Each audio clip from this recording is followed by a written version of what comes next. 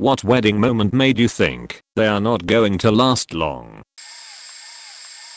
When she went alone on her honeymoon because she booked a trip to the Caribbean despite her newlywed husband having a severe sun allergy. Edit. Because this kinda blew up and I saw some mean comments about her. She was a good friend and they had been together for some years. They married young and it didn't occur to them that it would be strange if she went on the honeymoon and he stayed behind. He was a good guy and just wanted to see her happy, and she really wanted to go on this vacation because she had never left the country. They separated half a year after the wedding and my friend, the bride, told me that the marriage had been a way to prolong the relationship despite both of them knowing that it was already over some time before they got married. Kinda like a couple gets a baby to save marriage. It really was just sad because they were a nice couple, but they stayed friends after separating. And I can guarantee that she didn't cheated on him while away. They were both really loyal. About his sun allergy, he had red hair, a really fair skin, and burned up within minutes. And I mean really bad sunburn, the kind you have to go to the hospital for. He always had to wear sunglasses, long-armed shirts and a hat, even on cloudy days, so the vacation was not for him.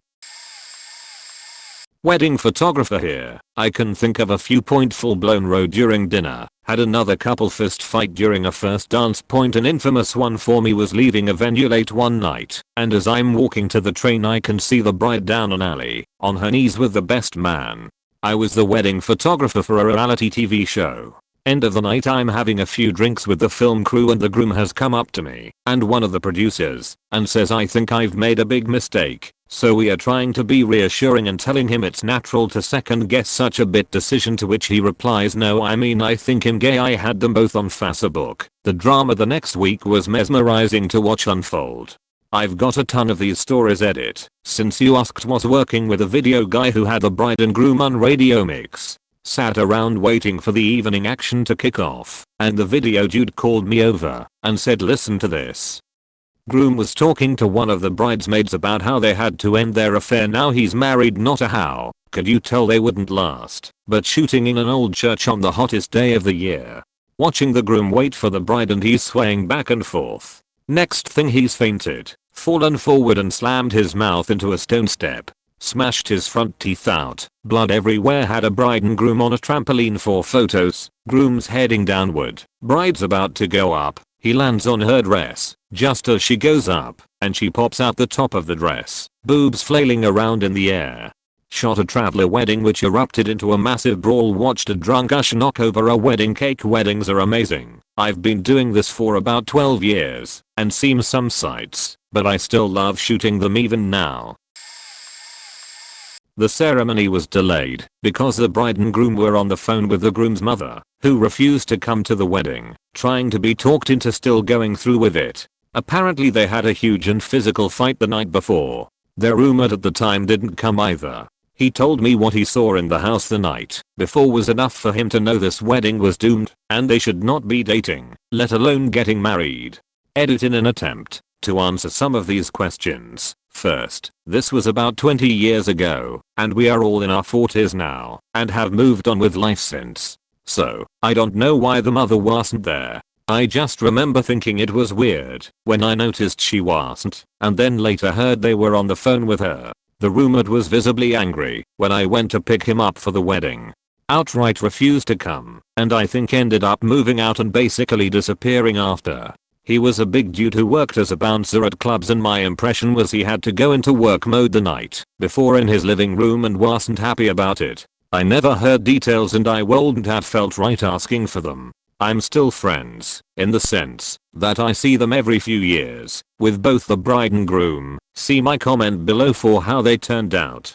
Happy ending considering. I should also add, the years in which they dated and got married, all of us were very heavy binge drinkers. We were in our 20s and worked service industry jobs. It seemed normal almost for this much drama to be around. Looking back, I don't have the same opinions. No one involved ended up in rehab or prison and all live relatively normal lives now. I was the maid of honor. They seemed like the perfect couple together for nearly 10 years, and had this big, expensive, beautiful wedding. Bride would have been happy with a small event, but told me groom had a big family and had insisted. Alarm bells hit when I sat with her parents in the front row and realized the groom to bride ratio was so massively off. The groom had 3 best men, as well as ushers, etc. His sister and one best man read something during the ceremony, and then all 3 said long speeches about him at dinner. It was all about him. The photographer was even his friend's mum, so she kept whisking away the boys for these hilarious lad shoots. The bride was ignored most of the day, and in the evening he got too drunk, spilt a drink over her wedding gown, and danced with his friends. It felt more like a big birthday party than a joint event. I'd never seen that side to him, but I felt so sorry for my friend. It was like she was just there to be a prop to his plans and look good. 3 months after the wedding he began being emotionally abusive. A month after that he admitted he'd been having an affair for years, then left.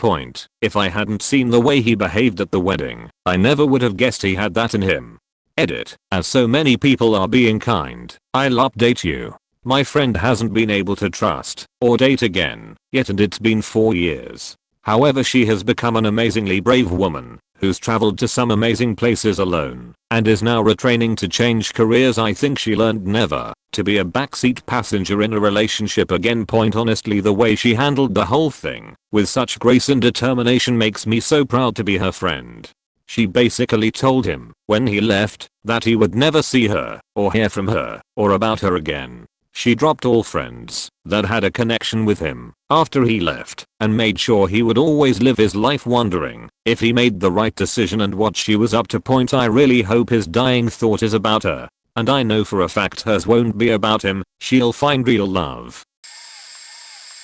I live for these threads anyway. I know a photographer who was offered to shoot a wedding on the Gold Coast, Australia. If you're from Australia, then you know the Gold Coast, while beautiful, has a lot of Jersey Shore types living there. It's kind of like Miami, but no celebrities and very trashy. My friend is getting shots of everybody getting dressed up at the same time because the groomsman, bride and bridesmaids are all getting ready in the same room.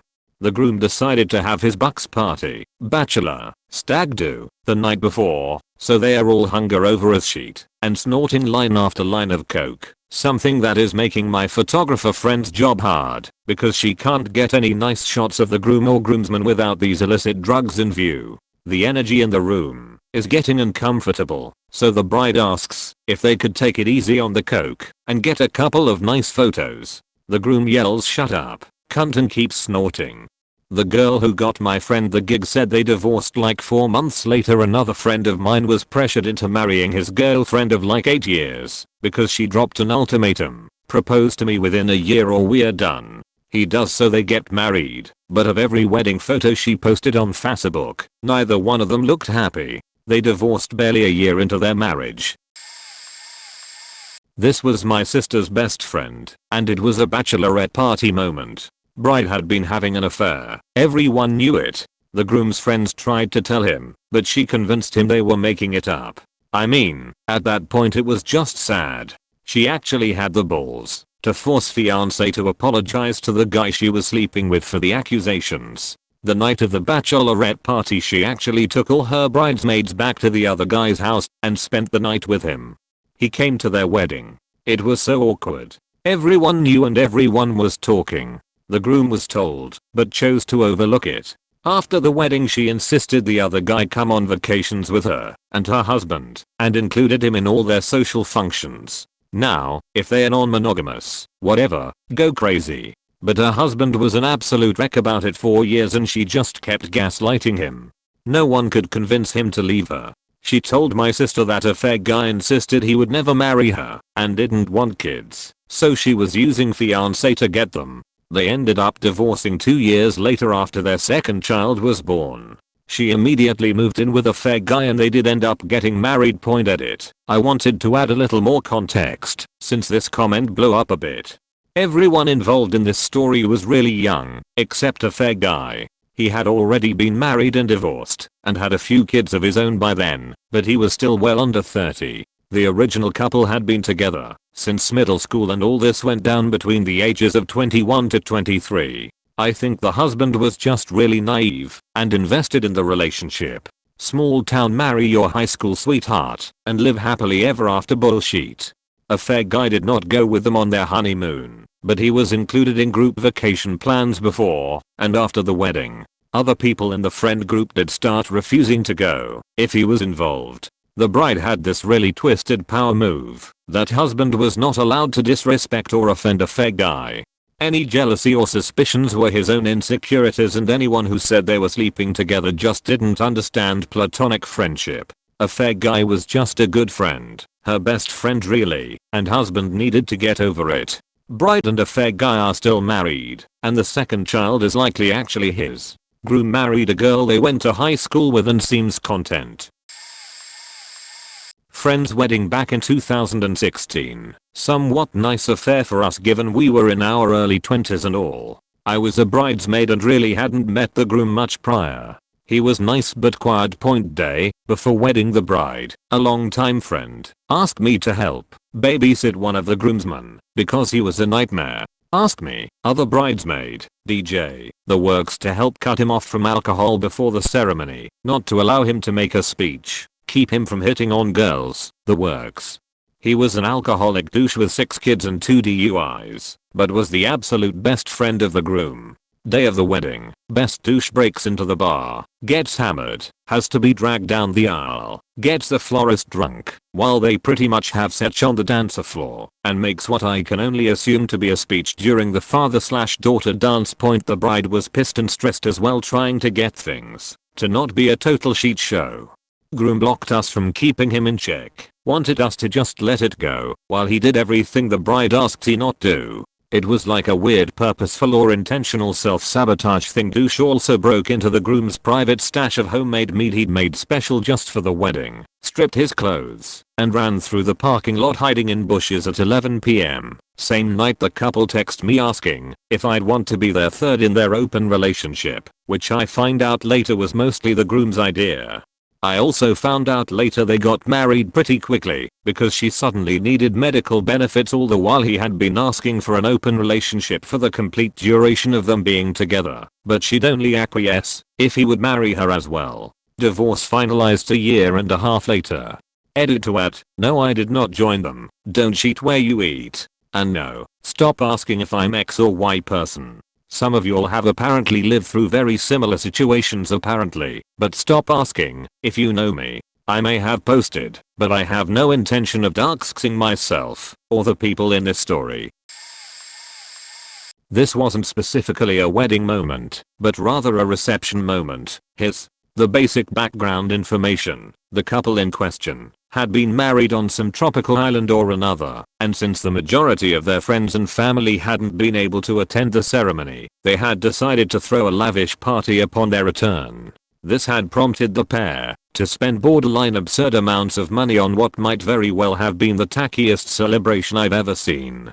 Imagine renting out the cafeteria at an elementary school, then hiring a celebrity, who happens to be a half-blind orangutan, to decorate it. Commission the services of an expensive caterer, but require them to serve only the sort of slop that you'd find at a low-rent county fair, citing the fact that nobody likes fancy crap. Finally, enlist a disc jockey whose idea of an appropriate first dance song is Freaks of the Industry by Digital Underground. I'm exaggerating, obviously, but that really was the song that they chose. Point now, everyone has different tastes, and it might seem reasonable to assume that the new Liwats were getting exactly what they wanted. That was what I had been telling myself, anyway, until shortly before the money dance, the announcement of which was the first time that I'd ever even heard of the tradition, when I overheard a suggestive piece of gossip. The couple had apparently already argued about the amount that had been spent on the reception, with the bride claiming that the whole thing was a disaster, and the groom insisting that it was classy as fuck. He had been so certain of this, in fact, that he had used his new wife's credit card to pay for it. Point she had reportedly been rather upset when she'd found out about that, and had temporarily kicked him out of the house, which had prompted him to stay with an old girlfriend. Something untoward had allegedly occurred during the man's exile, but details were lacking, and his spouse had decided to forgive him. That was already bad enough, but the rumor, at least as I understood it, was that the aforementioned money dance was supposed to help them recoup their financial losses. With the implication being that the future of their marriage was riding on them receiving upwards of $30,000 in a 4-minute period. As I considered all of this, and as I mentally added up the amounts being pinned to each partner, I found myself thinking, yeah, this isn't going to last. TLDR. Grifting groom gets grabby, gormlessly gambles gaiety. She told me 2 days before that she found her fiancé annoying and that she didn't like him and that he was awful in bed. She was visibly, endlessly uncomfortable at the rehearsal wedding/dinner combo. Then she sobbed the entire morning. Dave. She ended up not getting any makeup done cause she wouldn't stop scream sobbing and refused to get dressed, stalling the wedding 35 minutes. She then said 45 minutes of vows that she had prepared, 9 pages of things like inappropriate vows to friends and family, his parents and sisters, none of them her husband, and then almost didn't say I do. Managed to get a, "Oh, yeah, okay, yeah I do" out of her almost a full 60 seconds after she was supposed to say anything. I could go on for hours, but it was the most painful and awkward wedding I've ever been to. I've got my money on 10 months. We are 1 month in. Edit. 2.5 month update. I've distanced myself from them completely. She is really clingy and likes to gossip about how awful her husband is, and I really don't have the time. She's also told me they are in couples therapy after I expressed negativity towards some extremely concerning things she said regarding their relationship plus lack of communication. But I'm still betting on 10 months. Because she believes it's all his fault and truly believes his parents and sisters are exactly the same. Newsflash, they're all lovely people. Edit #2. 5-month update. I no longer associate with them, so I'm out of the loop regarding juicy details. Last I heard they keep moving all over the country and fight non-stop. No more Love Adove images on social media. Seems to be right on track for a 10-month breakup. Edit #3. 2-year update. I win. Well, kinda. I feel like that's horrible to say. Does that make me a bad person? It's been 2 years and I've been meaning to update this post for a while. My original bet was 10 months. They lasted 1 year and 10 months, almost to the day. I wish I could say that this entire journey has been bittersweet, but honestly it's been hilarious and funny and sad and unnecessary. I feel really bad for my husband's best friend. She trash talked him all over Facebook and shared all their private text messages. It was disgusting on her part and he really didn't deserve to deal with her shit. I'm so glad he's free from her now. It was mine. Ex-wife had a taste for theatrics and wanted a choreographed dance number for the first dance. Wanted the whole wedding party involved, but there was no interest. I'd never danced, not even at a club, but was willing to take lessons with her with the understanding we would do something together, so she could have her dream wedding. I sucked, but got through a few lessons of slow dancing. I can now awkwardly shuffle around, but don't expect anything crazy. The dance school wouldn't choreograph anything for us, so she promptly gave up. When it came to choosing the song, she decided she wanted I Want You to by Weezer, my favorite band, and the song had just come out recently, which has like a jamboree feel to it. It is not a slow song to slow dance to. I suggested we choose something else, but she insisted we would just slow dance to it. I made her promise she wouldn't change her mind. Sure enough, 30 seconds into the song she backs up and starts dancing a jig. I just stood there in disbelief fuming, while she kept shouting and motioning for me to dance in front of all our guests to boot. We had set a budget, she exceeded it, then her parents decided to chip in $5,000, and rather than use it to offset what we were over budget, she decided to spend more. In retrospect, that should have been a huge clue that she didn't respect me at all. Cheated on me and ran off with some guy like a year later. Got remarried before we were legally divorced. Her parents never did hand over the $5,000 because they'd put a provision on it that we had to go up north for a weekend and take some stupid Christian financial planning course their friend ran. My ex was also an atheist and didn't want to do that, but knowing Lou spent the money we didn't actually have. FFS. When I was in college I went to a wedding with my girlfriend at the time during one summer. She and I had only been together for a few months. So it was actually the first time I had met the bride and the groom, and most of her family for that matter. I didn't really say anything to my girlfriend at the time, because I didn't know them at all aside from stories she told me, but I had a feeling like they wouldn't last very long.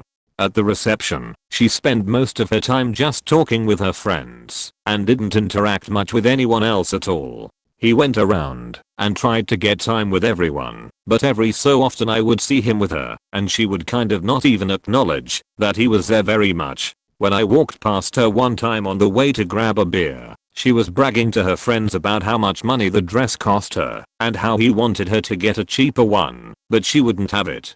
At one point of the night, I was outside smoking with some of the other guests and he came out the back and asked to bum a cigarette. He was one of those types of people that only smokes when they are drunk, which apparently wasn't that often for him, since he was doing his residency at a hospital, so he was always really busy. The entire time he kept looking at the door, and whenever it opened and someone came out, he quickly moved his hand holding the cigarette behind his back, because he thought it was her. It was like he was deathly scared of her, and not like in a playful way. It didn't surprise me when about a year later they got divorced. Apparently, she just kind of was taking advantage of him, staying home all day, she didn't work, spending thousands of dollars ordering clothes and shoes online using his money and credit cards she took out in their names. Didn't attend this wedding, but the whole relationship smells fishy. A couple I'm close friends with have a friend who moved back home to her small conservative town after college and all of a sudden changes her mind about her dreams of going overseas to do a PhD and become an archivist. Instead she starts posting about a new guy she's just met and started dating. 3 weeks later she posts that they are ring shopping. About this time is when she starts bailing on commitments to her friends, becoming less and less available in friend group chat. She always has some excuse why she can't meet up or hang out, even when she's bailing last minute on her friend's bachelor party that she planned. 3 months after they meet and start dating, she posts that she and new boyfriend are now engaged. None of her friends have met him still. Res flags, alarm bells, faking sirens are going off to us. She sees none of them. 3 months after that she posts that they snuck off and got married. A full 6 months after they met. None of her friends have met him still. And she's still suddenly just not available for her friends. Instead of going to get her PhD in history or literature, she's filtering through part-time job after part-time job at coffee shops, banks. From the perspective of her friends it looks fishy. It looks like she's met some small town good old boy who is isolating her from her friends and support, while also rushing her into a marriage. She's never been in a serious relationship, and grew up very sheltered. It's just worrisome. She's naive and easily manipulated. I mean, if a new partner wanted to go ring shopping after 3 weeks I'd faking run. But this girl is naive and thinks she lives in a faking Jane Austen novel, so I'm betting either the marriage fizzles out when the excitement wears off, or she realizes years down the road after having kids and settling in that she's made a mistake. She has no means to support herself independently either. It just worries me. Edit. For everyone saying there is no guy, she's posted photos with him, and her family has met the dude. There are wedding photos with both families pictured. Comments from both families on these posts to socials. Faking Reddit detectives. Source: my wedding. We'll start 3 days before. The wedding was a Ren Fair style wedding outside at a large gazebo, and the maid of honor had promised to purchase a stylized dress for my bride that they had agreed on. 3 days before the wedding she calls to tell us she had no money and was embarrassed to admit it, so we literally hand sewed on together in 24 hours. It turned out pretty nice for what we had.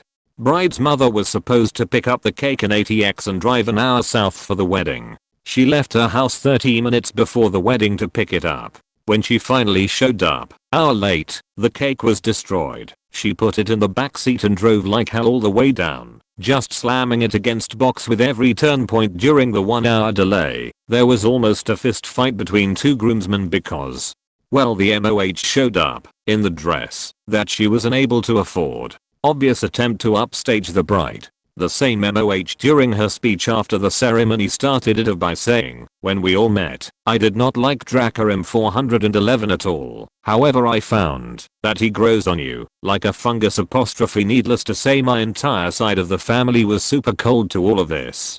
Since all of these issues were on her side of friendships or families, I was told to suck it up, and we'll discuss later. I sort of assumed that a lot of these friends had just shown themselves the door.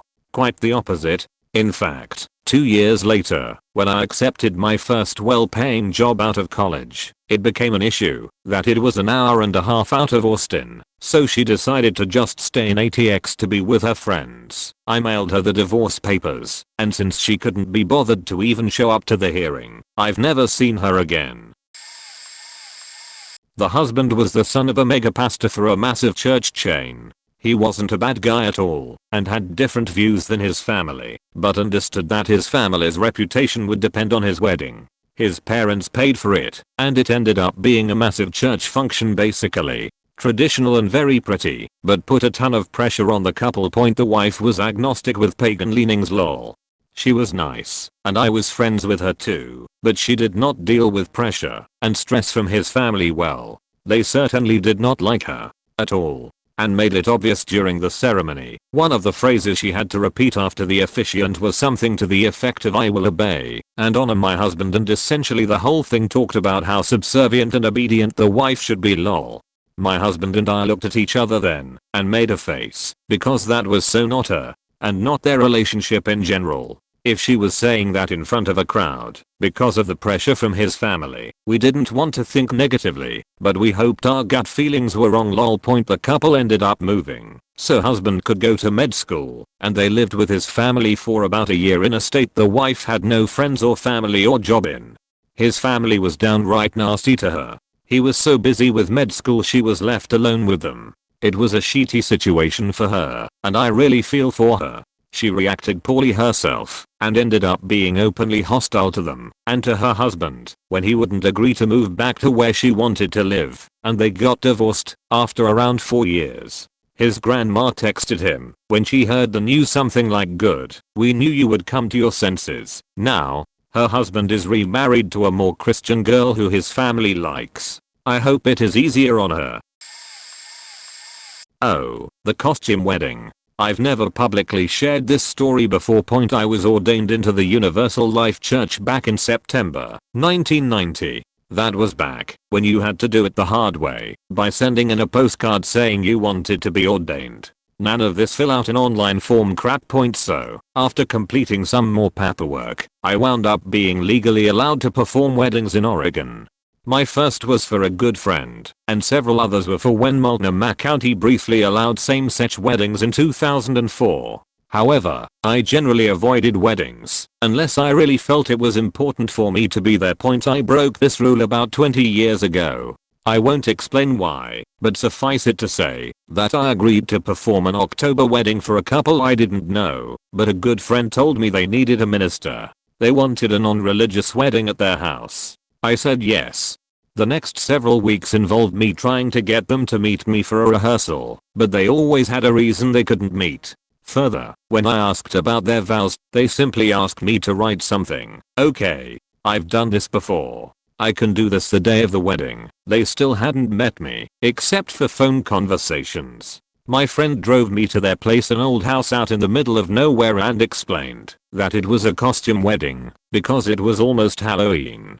So as we drove into their yard, complete with a rusting, broken down pickup truck, I noticed they tried to hang ghosts in their trees, made from white trash bags. It looked like a bunch of clan hoods hanging from their trees. As I entered the place, I was introduced to Pocahontas, a very underage girl dressed in an outfit that, clearly revealed she wasn't wearing a bra, but desperately needed one. I'll not say more, but I was not comfortable.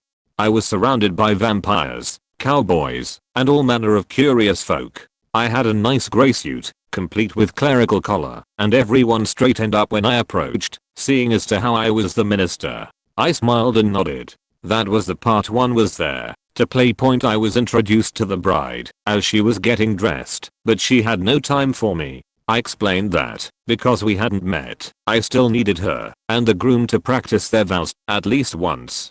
No time, she explained. She was half naked. I didn't argue. I came prepared. I've done this before. I'm not a complete idiot. So as everyone gathered for the ceremony, I met the bride and groom and handed each of them a piece of paper with their vows highlighted. I explained that I would start and then prompt them to read their portions of the highlighted vows. Underage Pocahontas with her breasts hanging out was bouncing up and down next to us. I was not happy, but I smiled. Dressed in a nice suit with a clerical collar, I was the only normal person there, and I'll be damned if I'm going to ruin their big day. When the ceremony started, I started my bit and promptly forgot their names. So I referred to them as the bride and groom, hoping that everyone was drunk enough to not notice. They apparently were drunk enough. And then I started the vows. When it came time for the groom to read his part, he hesitated. I tried to discreetly point to his vows on the paper and he started reading, but that's when I realized he was functionally illiterate. That's when everyone in the audience learned he was functionally illiterate. It is difficult to convey just how emotionally charged this situation was, with a huge crowd of drunken cowboys, werewolves, superheroes, and so on, standing there holding beer bottles, cans of beer, or little red plastic cups of wine, listening to the groom trying to sound out the words on a piece of paper. They were realizing for the first time that the bride is marrying someone who cannot read. I had publicly humiliated the groom and he refused to look up from the paper when he finished. I ad-libbed a shorter version of the vows so that he wouldn't have to read more. I will never forget the horror of that moment. Despite all of this, we managed to stumble through to "I now pronounce you husband and wife." And because we hadn't rehearsed, and I was making this up as I went, I didn't know what to do next. No one knew what to do next. A hideously awkward silence descended on what should have been the happiest moment of their lives. And so everyone looked at me, as the minister, for guidance. Panicking, I said, in a loud voice, "And now it's time for a question and answer session." I turned them towards the crowd, and stepped back after some brave soul asked the first question. It went surprisingly well, and the questions fired fast and thick as I slipped towards the kitchen to get away from the mess. I discovered, to my surprise, that it was a Bob, bring your own beer, wedding. They were kind enough to hand me a can of Pabst Blue Ribbon. My friend and I retired to the back porch during the celebration, and discreetly made a bet about how long the marriage would last. Then the back door burst open. An angel in white robes, with large wings and a cigarette dangling from her lips, stormed out, cussing up a storm. I immediately fell back to my minister role and asked, "What's troubling you on this beautiful day, sister?" My sister married an asshole. We drove home in silence and I vowed never again to perform a wedding for people I didn't know. I broke the rule for the same-sex weddings mentioned above. Years later, I found out that, while the wife was giving birth, the husband was having sex with his girlfriend. Posted this some other time. 2 months before his 28th birthday, a friend of mine noted the coincidence that he was born on the 28th of the month, and it was going to be a Saturday. No other perfect occasion to get married, right? Only problem, he didn't have a fiancé, nor was he in any kind of serious relationship. This guy was the perpetual child-minded idiotic kind. I liked him though. He had practically raised himself. Orphaned at a very young age, basically homeless as a toddler, but managed to pull himself together, and at this point, he was a successful entrepreneur and businessman. At a certain extent, he lived every day like it was his last. He was also a player, so he had a ton of girls that liked him. Within 3 weeks of his eureka moment, he had proposed to one of them. He asked my wife and I to be his maid of honor and best man. We declined.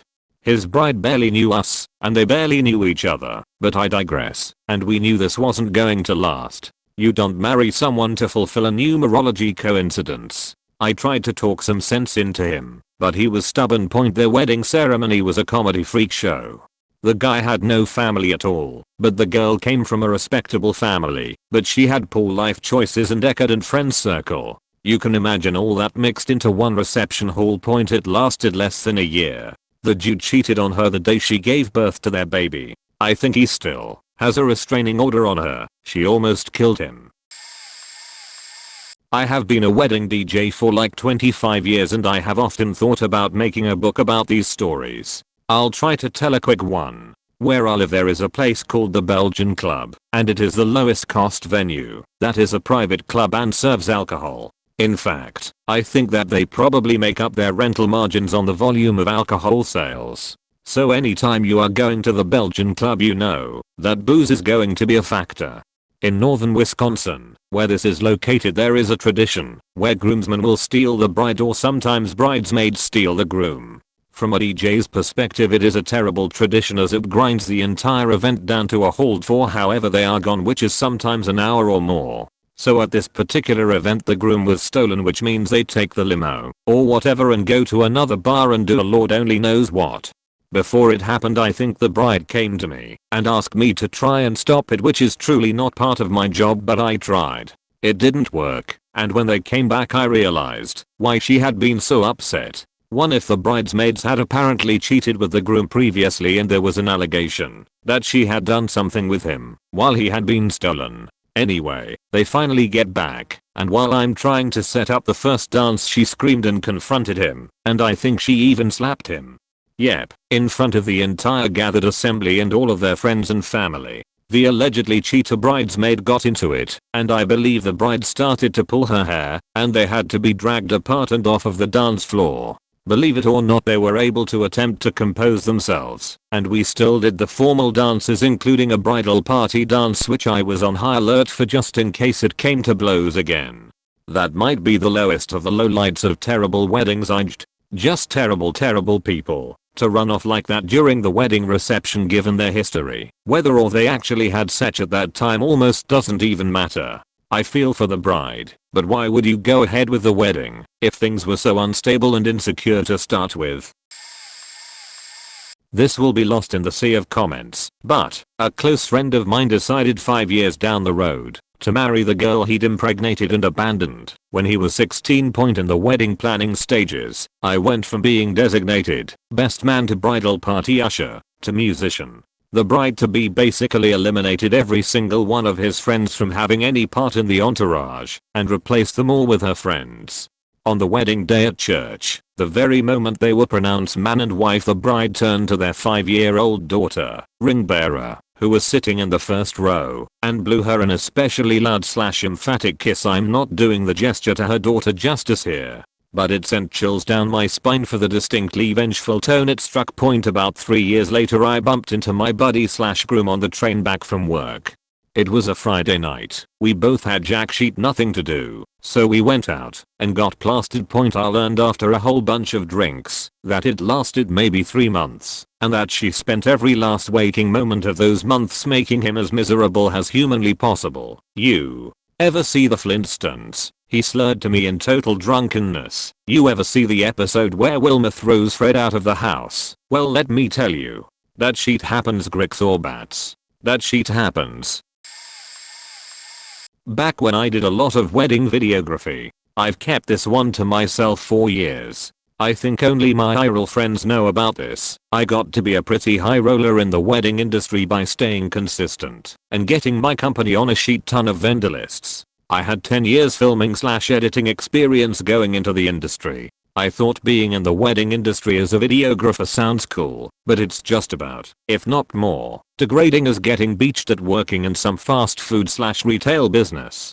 It's essentially customer service for something that has no reduce. Lots of bridezillas, angry moms, and the occasional crazy faking groomzilla. So bottom line, you deal with a lot of shit. But you also see a lot of crazy shit that makes you thankful that your flaming garbage barge of a life isn't as big of a bag of dicks and the total shit show you're witnessing. The extreme standard is the toast profession of love towards bride or groom, or just any time in the day in general. Usually from best man or MOH. Others are drunken rants, runaway brides, etc. You get to hear some wild stories. This example isn't as extreme as some, but after a while you can really start to read people on wedding days. A standard procedure was the couple opting into interviewing, asking the bride and groom about their wedding day. Remember, couples need to pay for this service additionally, so you'd assume people would give a shit about what they say. As far as the interview went, it was mostly to fetch your generic background "I love them so much" audio. Pretty standard questions. How did you meet? What does today mean to you?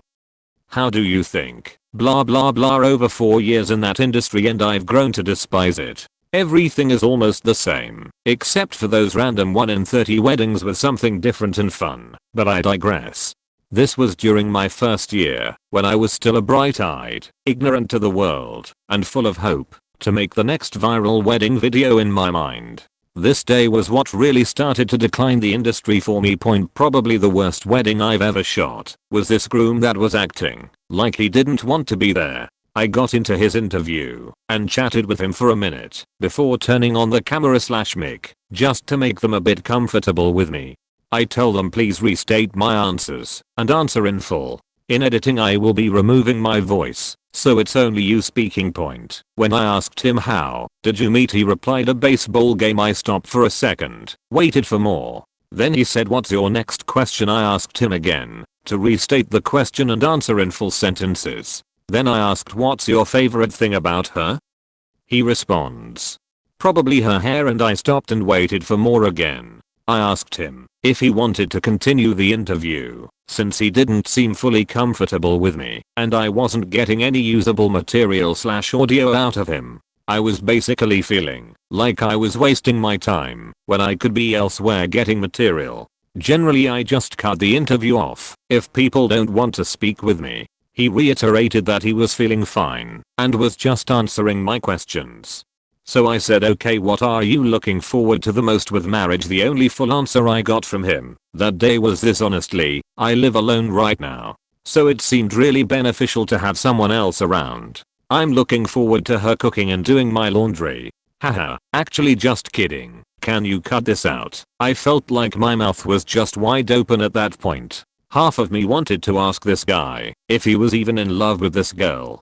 I felt so bad for her. She was the sweetest person, and he just didn't even seem to give two shots about her. I got home, deleted that entire interview, and told her we didn't have time. I didn't have the heart to show her what he said. In hindsight I wish I had left it in. I'm pretty sure that couple got divorced about 6 months later too, when she actually did come asking about those interviews. So I'm pretty sure something was up from the get-go.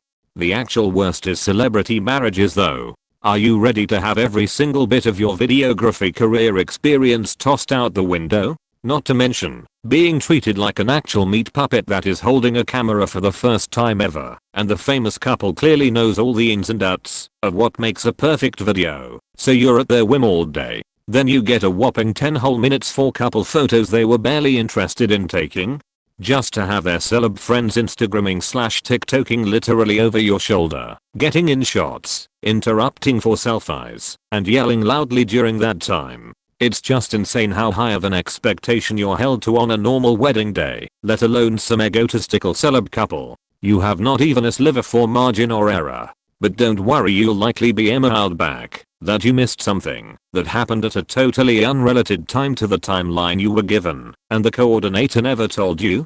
Faking awesome industry. If you want to be a manager of some sort or simply grow a massive spine 10/10ths, get your ass kicked, go through the ringer, and come out stronger in the end. My first grey hairs popped up while I was in that industry full time. In hindsight, that did wonders for my career, but never faking again, unless I second shoot. You end up with some wild stories that are hilarious down the line. Edit. As an added bonus, I actually was a second shooter recently, as I just wanted to make a quick easy side buck. Friend needed help. I said yes. There was a brother to the groom who got insanely drunk this wedding. Like I showed up at 11 AM and this dude was trashed. He proceeded to disappear a ton during the day. Groomsmen photos, individual photos, group photos, and shit, even the ceremony got delayed because this guy was just mysteriously gone.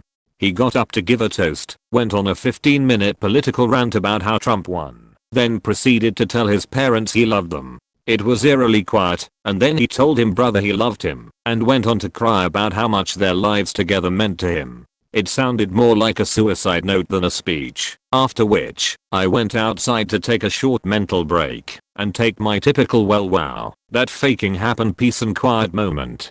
The dude crept up beside me, like real close, and in the most slurred speech and completely cross-eyed he asks me, was my speech good? Did I do okay? I was like, yeah, it was good. He stared at me completely blank for about 4 seconds, and then said, you wouldn't lie to me, would you? More silence followed by me gulping, and more silence. Took a drink of water and I walked the fuck away. Absolute big ol' faking nope. Dude gave off serial killer vibes.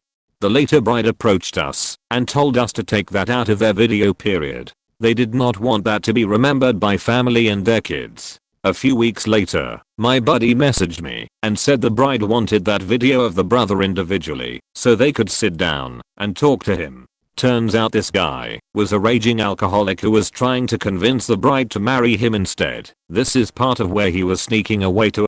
They had found an empty bottle of Jack that was given to the groom as a present in his backpack he stole the night before, and lots of empty single shots of Crown. He was drinking during the entire reception too.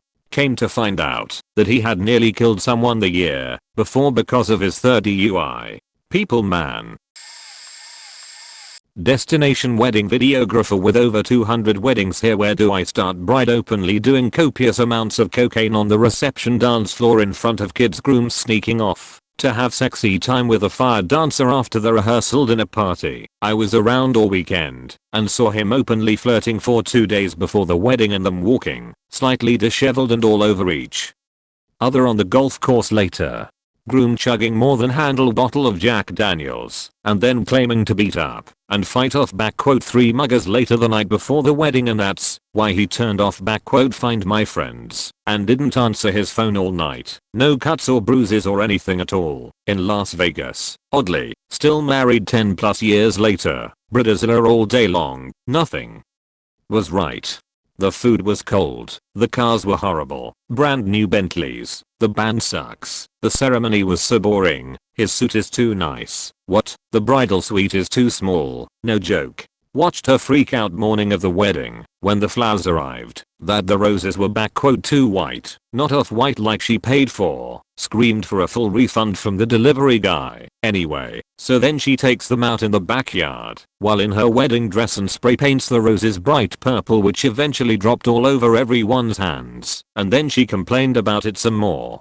Bride and groom wouldn't even look at each other. No hugs, no kisses, smiles or happy chats the whole wedding day. Bride got on an Elephant Inn and rode off after the wedding for photos directly after the wedding, leaving the groom holding all her stuff standing alone while she had a burlesque, or should I say erotic, photo shoot off or in the forest with the handsome Italian photographer for over an hour. Confirmed divorced. And finally, one couple literally sued me and every other vendor at the wedding to try and get her money back because they looked unhappy, fat and boring at 100%. The shortest, tackiest, and lamest wedding I ever filmed. The ceremony spared no expense on everything and lasted a total of 5 minutes, and then there were no speeches, and they didn't want to do any separate couple beauty clips outside. They actually took me to court, and the judge basically determined that was what they look like, and there was nothing wrong with their video, which I had to show the judge. I do have more, but also so many positive couples too. I wish I could say I have a light-hearted contribution to this discussion. I'm a first-gen Filipino American, and within my mom's friend group I have witnessed a depressing amount of spousal abuse on different levels. But there's one memory that sticks out over the rest. My mom had this lovely friend named A. She had come to the US alone and was working at an assisted living center to support her children back in the pie. She was vivacious and a born performer, and I thought she was one of the most amazing women in the world. Her ex-husband in the Philippines was apparently a deadbeat, and she had been disowned by her parents for working as a nightclub singer in her late teens. She paid money to an aunt to take care of her kids, and her greatest dream was to be able to bring her children to live with her in the US. She met a guy at work named Stuart. I don't feel bad naming him because he's a terrible sheet. He seemed really supportive of her and talked about wanting to bring their kids to live with them. I got pregnant, and she and Stuart made plans to get married. I was a flower girl in the wedding, and the incident in question happened during the rehearsal dinner. The dinner was at a rented clubhouse in their condo community instead of a restaurant, and rather than catering, her and her friends, including my mom, cooked traditional Filipino food, while Stuart got drunk with his friends and family. I also remember that the wedding was extremely unbalanced, maybe 20% A and 80% Stuart, and literally all the Filipinos were in the kitchen. I was only 7 or 8 at the time, so I didn't really understand the situation fully. I spent most of my time between the kitchen with my mom, or hanging out with other kids around the pool. Later, I went back into the kitchen and went to use a staff bathroom off the back. But I didn't choose the right door. I went into the pantry instead. I opened the door right as Stuart pushed pregnant A into the shelves. He grabbed her wrists and held them above her head and was just about to grab her neck with his left hand when he realized I was there. Everything in the kitchen was at a standstill. My parents argue like cats and dogs, but before that I had never seen another person physically assaulted. I don't remember much from that night after that point.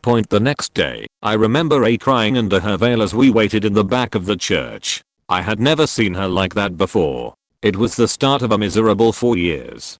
To this day, at the age of 32, I still don't know how she was able to go through with it. Maybe it was because they worked together. She was pregnant with his kid. I think she must have felt like she had no other option. There is a kind of happy ending for A. She later met this kind older man named B. He actually made good on his promise and helped bring all her children to live with them at a beautiful ranch he had built. Things were really happy for 2 years until A's youngest, the child she had with Stuart, was diagnosed with brain cancer and passed away before her 7th birthday. Still, B was the best person to be there for her during that time. Stuart did not come to his daughter's funeral. At my brother's wedding, me and my date were placed at a 20-seat table at the reception with our family's hunting buddies because I was good friends with them. The table next to me was filled with 20 of my closest relatives. Directly in front of me was the groom/bride table with 2 tables on either side for the immediate family of the groom/bride. It was quite a drive to the wedding, 3+ hours, and my hunting buddies were all in their 70s. None of them came.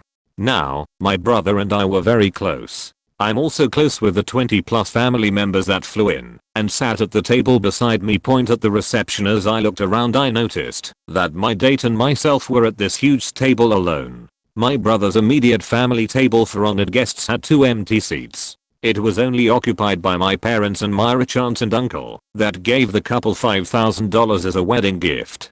A rich uncle that the bride had never met and that my brother and I only spoke to every few years at family reunions. Not to say that he didn't love my uncle, our lives are just in different states and we were all very busy. I approached my brother and asked if I could sit with my parents and aunt and uncle, since none of our hunting friends showed. They were his friends as well, but I still lived in town with them and saw them at least once a week for breakfast or lunch or dinner because they were good friends of mine through my father. I should also point out that my brother is my best friend. We have a very good relationship. We lived together for 27 years until he moved out to move in with his fiancée for the year prior to the wedding. Naturally, my brother said I could sit with my aunt and uncle and my parents, and he didn't know who did the seating arrangements, but he didn't really understand why I wasn't placed there to begin with. His wife got a really sour look on her face, leaned into a whisper into his ear, and then told me no. My feelings were so genuinely hurt that my brother didn't stand up to her, but I decided, hey, this is their wedding. Don't make it about yourself. Suck up your feelings and maybe discuss it calmly with your brother at a later date as to not ruin his special day. Eventually I told my mom that the succubus my brother married, I was probably going to leave him within a year or 2 because she was a type A personality with OCD and the type of woman who marries a man and expects him to magically change after the wedding to be everything she wants and needs. My brother is awesome. He is way better than her. 10 months later, my brother came to my house for Easter Sunday and told me that he had been living alone for 3 months because his wife left him. He was protecting her by not telling the family that they were living separately and having hard times because he kept hoping they'd get back together, and he didn't want to taint our opinions of her. I knew the moment that she disrespected his family that she wasn't gonna last. I don't hold grudges against anyone who's ever done me wrong in this life. I usually forgive and move on. As close as I'm to be capable of hating somebody is how I feel about her. She broke my brother's heart, and I sincerely hope she regrets it every day for the rest of her life. I know she won't, because she's a horrible person, but I really wish her a lot of discomfort over her actions. This might be cheating, since I'm the one who actually caused the not lasting long. Well, not directly. I was the best man at a really good friend's wedding. His fiancée was super nice, but none of us actually liked her. There was just something about her. She treated him like a pet more than a partner. But he was absolutely head over heels about her. So what can ya do? Point anyways. The reception was winding down, and I headed into the back room behind the bar of the reception area. Stuff were done, so was grabbing another bottle of wine before we were kicked out. And lo and behold, who should I find but the blushing bride, in her wedding dress, on her knees sucking one of the other guests off. Turns out was her ex. She still had a thing for him, invited him as a friend without the groom knowing the full story. Faced with the choice of keeping my mouth shut or absolutely destroying my best friend, I went for door number 2, thinking I was doing the right thing. Needless to say, my suspicion of this isn't going to last long was confirmed when they got an annulment the following Monday. The unfortunate side effect is that my buddy to this day harbors a grudge towards me for his marriage not working out, and we are nowhere near as close as we were. Few years later, he got married to another girl, who everyone loves, and had known each other since they were children, and is deliriously happy with 4 kids. Wasn't invited to that wedding. My cousin and I are the same age. When we were, I think, 25, he got married to a girl he had been dating for a while. She had dropped out of high school when she got pregnant with his kid, and they put off the wedding until she could wear the rather revealing wedding dress that she wanted. After a few years, they split up because she felt that she got married too early and never got to enjoy her wild period in her early 20s that all of her friends were getting to. Since the split, she has been in jail a couple of times and has had a small issue with drug abuse. The wedding itself was massive. 6 bridesmaids and groomsmen each, ridiculous flower arrangements, candles, fully formal wedding. Every warning sign was there for a doomed marriage and everyone other than the 2 immediate families could see it. The only surprise in the whole thing was that the marriage lasted 3 years. When you do the math, he was 23 when they started dating, and she was 16. He was the oldest person, other than chaperones, at her junior and senior proms, which were his 7th and 8th consecutive proms. He apparently liked them young. Gotta love Kentucky. The best part of the wedding was my sweet little southern grandmother pulling my girlfriend and I away from the crowd, and, with a very steely expression on her face, said that if I got my girlfriend pregnant before we were married, she would cut my dick off. My girlfriend absolutely died laughing, while I turned bright, shiny red. So far, my niece and her husband and my wife and I have been the only 2 couples on this side of the family, out of 7 kids, to not have a kid before marriage. This is a story I posted on r/entitledparents a while back. I have edited it slightly to add a few details, and I assure you that every word is true. I would like, if I may, to take you on a strange journey. This is a tale of love, betrayal, narcissism, casual racism, and, in the end, mind-bending insanity. Several years ago, a friend married his girlfriend. We all decamped to a beautiful part of the UK for the wedding and all seemed to be fine and dandy until the speech. The father of the bride, ostensibly a pillar of the community, stood up to do his speech, and, by God, did he make the most of it. He kicked off by presenting us with the old adage children are the future, as if it was some amazing new concept that he alone had the insight to appreciate. He then immediately dropped that thought to praise his daughter, her stepmother, and, especially, himself. Much of the time was spent detailing how much money he had spent on the wedding, and how much work was involved on his part. Yay him. The best bit was when he drew our attention to the cake, and also to the receipts relating to its cost that he had framed and put on display next to it. After a full hour, no exaggeration, of this bragging and self-praise with no mention of his new son-in-law or his family, he suddenly seemed to remember his initial theme, declared once again that children are the future like a fat white Whitney Houston, and announced that he had a treat later for all the kids who were there. He then left the room to applause from his close friends and family and bemusement from everyone else. Half an hour later he reappeared dressed as an Arab sheikh. To top off the look, he had blacked up with boot polish. He called for the attention of all who had not yet become transfixed by the sudden appearance of something out of one of those two Ronnie sketches that don't get included in compilation shows anymore. He then informed us that, as children are the future, all adults present should show their appreciation by giving each and every child present £2. There were around 30 kids in the room, so every one of us was, apparently, expected to give away £60 in loose change that we all had in our pockets to kids that most of us had never met. He then led the kids in a conga of capitalism, dancing around the room like a fat, racist fagin, stopping at every table so money could be extorted.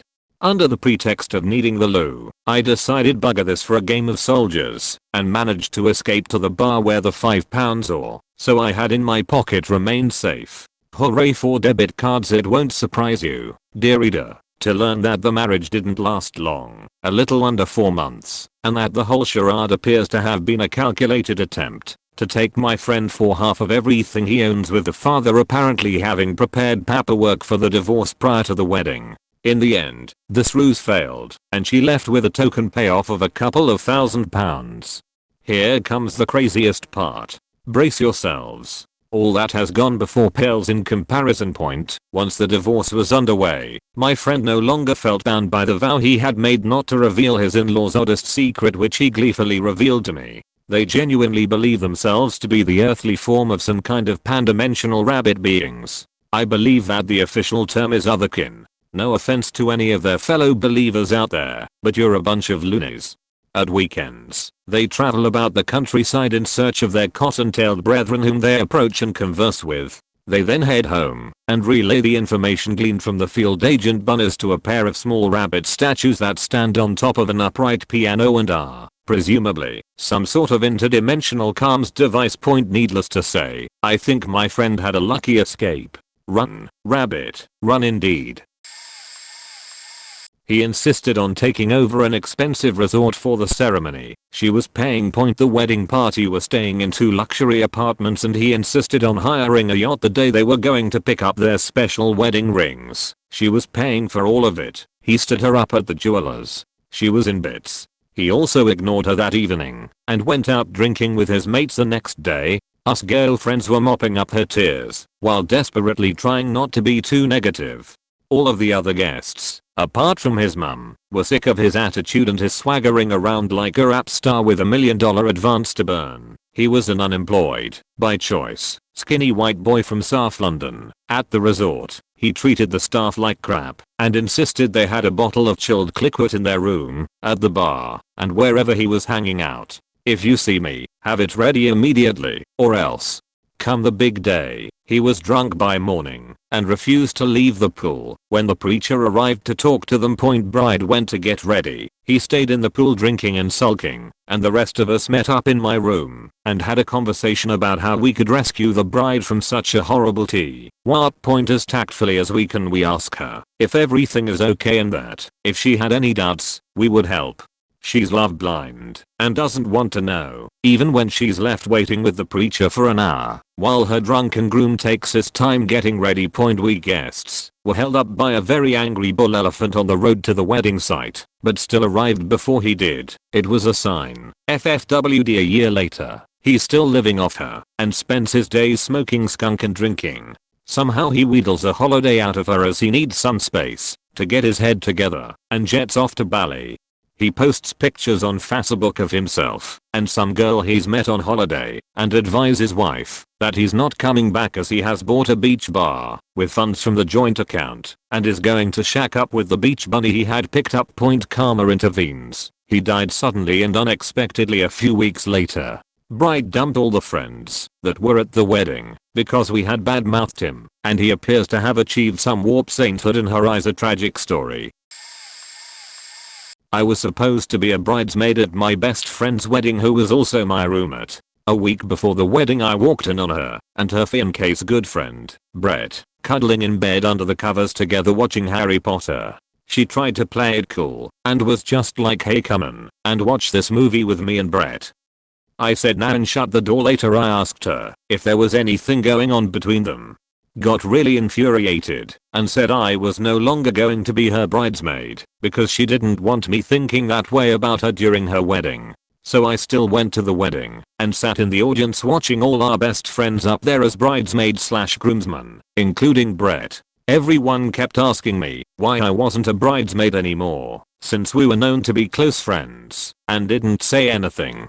I didn't have proof, but was pretty sure about my suspicions, and knew it wasn't going to last. Fast forward a year later, her husband called his pal Brett to complain that she's cheated on him with someone, different guy than Brett, but it was a one-time thing, so he was willing to forgive her.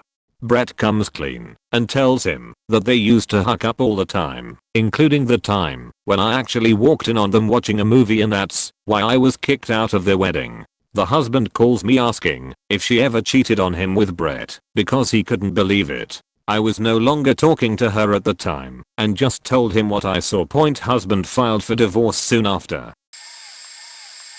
Friends of my husband's got engaged right after us and got married a year after. At the time I was doing wedding photography and my husband was in the wedding party, so they asked if I'd be their photographer. I agreed, did it as a gift to them. I worked my butt off all day and the bride treated me like I was her personal assistant. Whatever, it's her day. She didn't smile once when going down the aisle. I've done a lot of weddings. I've never seen anyone not smile. She was bossy, kinda rude and just sour all day. On our way home from the wedding I told my husband that I didn't think they would last. He agreed. I finished editing their photos and didn't think anything of it. For 4 more years they remained married. Not a single wedding photo was ever shared or put up in the home.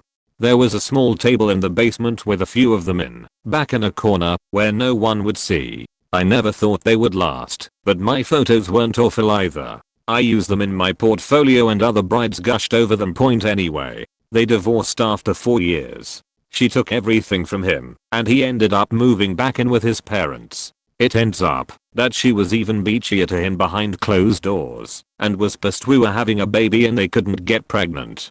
She had several miscarriages like me. She cheated on him with another guy, got pregnant and left. There have been a few others since then that I've said won't last, but not been proven right. Even my husband and I took a break and separated for a couple of years and just dated each other while co-parenting. We got married too young and had a lot to learn. It's been 14 years now.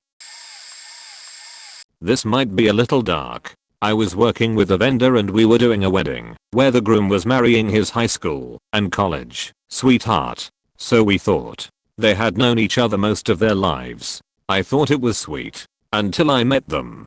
It's flamboyantly gay. He and the best man were clearly more than friends. After the big show, I get to see her. She's hanging out with a dude in their circle of friends and is clearly way into him, like, barely even hiding it. But we are there to work. Everybody is different. I don't know them and just try not to judge. I'm here to make a buck and frankly it's none of my business. I'm just smiling and doing my job. All of a sudden during the reception they are all over each other, the newlyweds, and dancing and making out, doing the cake thing and toasting, etc. Then like a light switch, they stop. The song finishes and everybody is just saying their goodbyes and leaving. We're like, the fuck? Everybody just cleared the F out. Turns out, he was from money, she was from money, and they were told if they married a good man/woman they would get a larger inheritance and stake in the family businesses, etc. This is in the South, so if he came out as gay, goodbye inheritance. And I think her family just agreed upon him because they were childhood friends. They had a huge circle of friends that all knew they were marrying for the money, so they played along. So if those two are still married, at least on paper, it's because their parents, or grandparents, or whoever, are still alive. By the way, the reception was over after the parents left. Once they cleared out, nobody even cared to be there. They did the celebrations to get their pics for the hallways of grandpa's building, then fuck 'em. We out. By the way, I didn't know any of this until my boss told me at the end. At the end she told and everything that happened in the previous couple hours all made sense. I posted this a few times before about this. Went to a wedding that my wife and I said will not last more than 2 years. The wedding was in the backyard of the bride's house. They had all the chairs and wedding arch set up outside. They set up a plastic tarp running down the aisle to walk on. Just before the wedding starts, there are darkening clouds appearing. Should have been a sign to move the wedding inside, but they invited too many people to the damn thing. Just as they start the wedding, it begins to rain lightly. The father of the bride is walking the bride down the lane and slips on the wet tarp and falls on his ass. Bride is now at the front, raining harder. People start to cover up with whatever they have. Some people start to get up too. Bride turns around and says to all, "This is my wedding. No one is going to ruin it. You better all faking sit your ass down." We all sit back down and the wedding resumes. It is now raining pretty good. The grass is now turning into mud. A few ladies in the crowd and the bridesmaids' makeup is now running down their faces. My wife has taken my jacket as a cover from the rain. They finish the vows and kiss, and then everyone runs to the house and garage to get out of the rain. Oh, remember how I said the grass was now mud? Yay, lots of people slipped and fell in the mud on the way to the house. We got to the house. Many people looked terrible from the running makeup, muddy clothing, and soaking wet. A few of the women had to cover their chests and waists due to wet clothing becoming see-through. Most of the men were loaning their coats to the ladies to cover up. Dirty looks all around. The wedding cake was outside and now brought in. The rain made the decorations on the cake turn all runny, and it looks horrible. The bride and groom began to cut the cake and feed each other. They smashed the cake pieces into each other's faces, then began a food fight with each other. My friend's wife got hit in the face with purple icing cake on her face and dress. The priest got hit with yellow icing on his white robe. There was nothing left of the cake to serve. Food being served was still frozen in the middle of the food, and the stuff that was not frozen was burned. The dessert was supposed to be the cake, but as said above, there was nothing left. There was a goodie bag that people got on the way out. Had a lollipop, a coupon for ice cream cone at McDonald's, a pencil with the bride and groom name on it, and Halloween size M&Ms. My wife, whose dress was filthy, her makeup was out of whack, and her hair was a mess, said to me that she does not want to see those people again for 6 months. She was so mad. The couple divorced 11 months later when the groom came home from work and found his wife getting double teamed by 2 guys. Not a moment, but the whole thing. Wedding was in Florida. We are from Chicago, and a whole group of friends and everyone's wives/girlfriends flew down for it. It wasn't a huge wedding, only about 75 people, but everyone that went traveled there and paid for the very expensive hotel, as well as gifts, and, for groomsmen, clothes and shoes, because she didn't want rental suits, but also didn't want us to wear our own chinos, white shirts, and boat shoes. After the rehearsal, everyone in our friends group who had flown down wanted to go out and hang together, since no one had gotten to see him the whole time, other than the couple of us who were standing up. We rented a little party bus and wanted to take them out to bar hop a little bit. First, she refused. Then she gave in, but sat on his lap the entire time and didn't really allow him to dance or talk or goof around with any of us. Then she made them call a cab to leave at 9 o'clock. Okay, it's the night before the wedding. Get some rest. Somewhat understandable. The rest of us stayed out. The next day the little beachside wedding was nice, but before dinner the 2 of them left to take pictures. Dinner was served. Dinner ended. They still hadn't returned. They came back as dancing started, then they sat down to eat, so no one was dancing or hanging with them. Eventually they did the father/daughter, mother/son dance. He watched her and smiled the whole time. When he and his mom danced, she paid no attention and talked to someone with her back to the dance floor the entire time. Then, around 9:30, the DJ announces that we have to start wrapping up, and can everyone grab a chair and stack it over there in the corner, we need to be out at 10. This was in the very nice little event space in the hotel. We were all kind of dumbstruck and caught off guard. They had barely finished dinner and just done the few dances, so afterwards, everyone gathered by the pool and kept drinking and having fun together, but they were nowhere to be found. They came out eventually, and one of our friends said, "Hey, we didn't really get to spend any time with you guys this weekend. Are there any breakfast plans tomorrow? Maybe we can get everyone together." She snapped back, "We have a 7:30 flight to go on our honeymoon. We are getting the hell out of here." Other details: she had just 1 or 2 friends fly down, one of whom hung out with us and told us she was surprised that she was even included in the wedding because they're not particularly close. Her parents paid for the wedding on the condition that her sister be her maid of honor, despite them not being friendly with each other. So it was basically all of our friends, who have known each other 20 plus years at this point, and their families, and that's all. Point everyone flew to Florida for the wedding and barely saw the bride and groom. No good. Point they moved to Texas shortly afterward and divorced about a year later. Rumor was that she had pretty much immediately started cheating on him, but he's never talked about it. Sad, really. Everyone kind of knew it was no good and just watched it unfold in slow motion, and it had some pretty severe effects on our friendship for years to come. That winter I got married, and he didn't come because he couldn't get off work and didn't tell me until I had to call and confirm because I hadn't gotten their RSVP by the deadline. Woo. It was actually pretty cathartic to type that all out. My father-in-law's wedding, the whole damn thing. He married the chick who nearly destroyed my husband's family years ago. Back in the day, about 12 years ago, my father-in-law got involved with a teenage girl. He got caught and had to resign from his job, thus putting his family into personal and financial trouble. But him and my mother-in-law stay together. Fast forward about 8 years, and he decides to leave my mother-in-law for the same girl he nearly destroyed his family for. A messy as divorce happens that my husband mediated, all while moving to Texas and buying a house. It absolutely destroyed his relationship with his father. We were invited to the wedding, and my husband decided to go so he can have some kind of relationship with his dad. I, being a loving wife, went with him for emotional support. Bad idea. They decided to have the wedding at a country club. I'm black and my husband's white.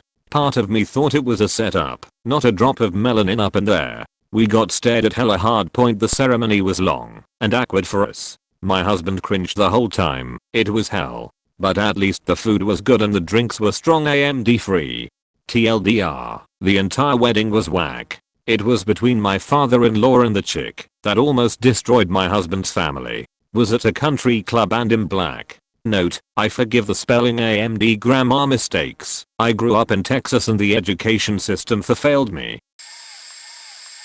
At the wedding of my cousin, her parents died early and her groom's parents never liked her and told her she better plans the perfect wedding for him, cause it's his big day. The groom was a completely selfish asshole. Everything had to be about him, and he never seemed to bother with his new wife. He went drinking with his butts and had a really short dance with the bride, but went fuming when his bride had the father-daughter dance with her brother, cause he is her only man now, etc. After the ceremony, the groom planned to give a motivational speech for all his unmarried friends how to get a wife, etc. He was a motivation trainer and had his whole equipment with him. So when he was in a small back room preparing his mic with his friends, the thing went on and everyone could hear the groom saying it's okay to cheat if she never finds out, and that he loves it, that his bride always has to work night shift at the weekend when his ex-girlfriend is free for a bit fun.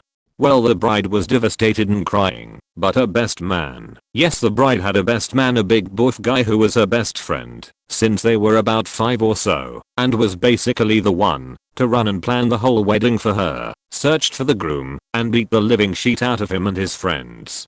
The shit show was glorious. The parents of the groom were completely mortified. Only the mother had the guts to go to the bride kneeling before her and apologized for her son. They then left with their son.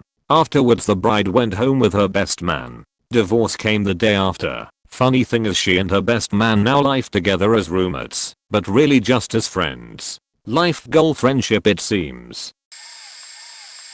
I was a bartender at a wedding/event venue for 4 years. I was looking after a smallish party, maybe around 100 people. Our in-house sound crew and master of ceremony came up to me as I was cutting fruit and stocking beer saying, "The vibe is dead. The bride has not smiled. Not once." As a bartender, this is valuable information. Seeing the couple, there was definitely something wrong.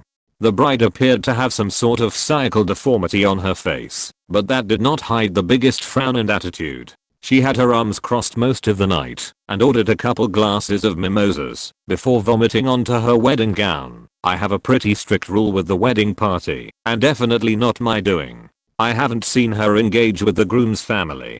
The groom, for a lack of better terms, was a beater. Everyone, even the guys cleaning dishes, could see that he was doing his best to appease his wife. I saw him a lot with his hands in his pockets, having that getting by smile. Felt sorry for the dude. Didn't order a single drink, not even coffee or water. The wedding party pretty much knew it wouldn't last long in speaking with them. I asked the maids what's with the bride, but none would give me a straight answer. The party was literally split down the middle. I had the party come at me at waves. Bride's family, then grooms, then brides. No intermingling whatsoever. Ended quite early. Around 10 p.m. I had my hourly pay and $40 in tip that night. Long time lurker, but I had to leave a comment. I've worked as a wedding MC, lead singer and band leader for the past 6 years. I've seen it all. There's one wedding that will always stand out in my mind involving the craziest groomzilla I've ever seen. We were at a very ritzy high-end resort. The client spared no expense in this wedding. 250 people, high-end catering, an 11-piece band, the works. My first inkling that something was off with the groom happened right at the start of the reception around 6 p.m. The groom, already visibly drunk, jumped up on stage and started grabbing microphones to sing. He had to be escorted off by his wife a few times. He also apparently did the same thing while we were off stage eating lunch. On 3 separate occasions the groom walked out of the tent connected to the resort to pee in the manicured bushes in broad daylight while other resort guests were walking by. When it came time for cake cutting, he told his wife, "Don't put that faking sheet in my face," out loud when she fed him a piece of cake. It was also reported by the catering staff that he was doing coke in the bathroom throughout the reception. Needless to say, my bandmates and I were convinced this relationship wasn't going to work out. I heard from the coordinator that the bride was actually a powerful attorney, so I think she's going to be just fine. I wonder if they're together now. During planning, we met with the officiant via Skype. We lived out of state, but wanted to get married in my home state, so she could ask us questions to make the ceremony more personal to both of us. She asked us how we met. We met on Match, and that's how I answered. It was incorrect in his mind, because it was less than. He slid out of frame, glared at me, and mouthed "shut up," before sliding back in with that huge, fake smile of his. I had gotten pretty good at hiding my emotions by that point in our relationship, and this behavior was normal for him. NPD. I'd gotten that glare and shut up many times prior, but this one scared me the most, maybe because of our close proximity. But maybe it was the harsh contrast between happily planning and chatting with him and our officiant, and knowing how much he hated me at that moment.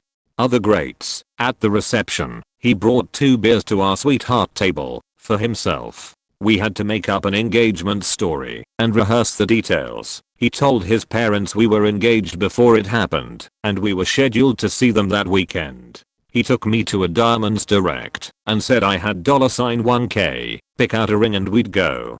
FWIW, we were already married. We had eloped after 3 months of dating, and he forbade me from telling anyone. We planned a ceremony and reception, and our friends and family thought that was the wedding. Luckily, our parents never got together to compare stories. The timelines were drastically different for both sets of parents. Oh, and I paid all our bills, since he was in so much debt, so I bought the ring. Before the ceremony, I remember feeling like I was going to throw up and pass out. I chalked it up to nerves and how tight the dress was around my ribs. But in my head, I just kept telling myself I didn't want to do this. We divorced 18 months later, once I started antidepressants and pulled myself out of his control. Preface with the fact that groom was immature for his age. Not a bad guy, but about 50 levels short of my friend. Okay, I'm biased. He collected spiders for fun, quit jobs at an alarming pace, and really just wanted to play video games. Again, maybe not necessarily bad, but my friend is educated, smart, awesome. Yes, I'm biased. Close bracket. The wedding date is set, and I'm like, oh god, she's really gonna do it, yet there I was. While the bride and groom were at the altar, her uncle, obviously drunk, decides to do his own march up the aisle. The bride and groom don't notice this, but the rest of us do. It's cringy. Then he starts saying, "That my niece. You hear me? That my niece up here," and does a little dance.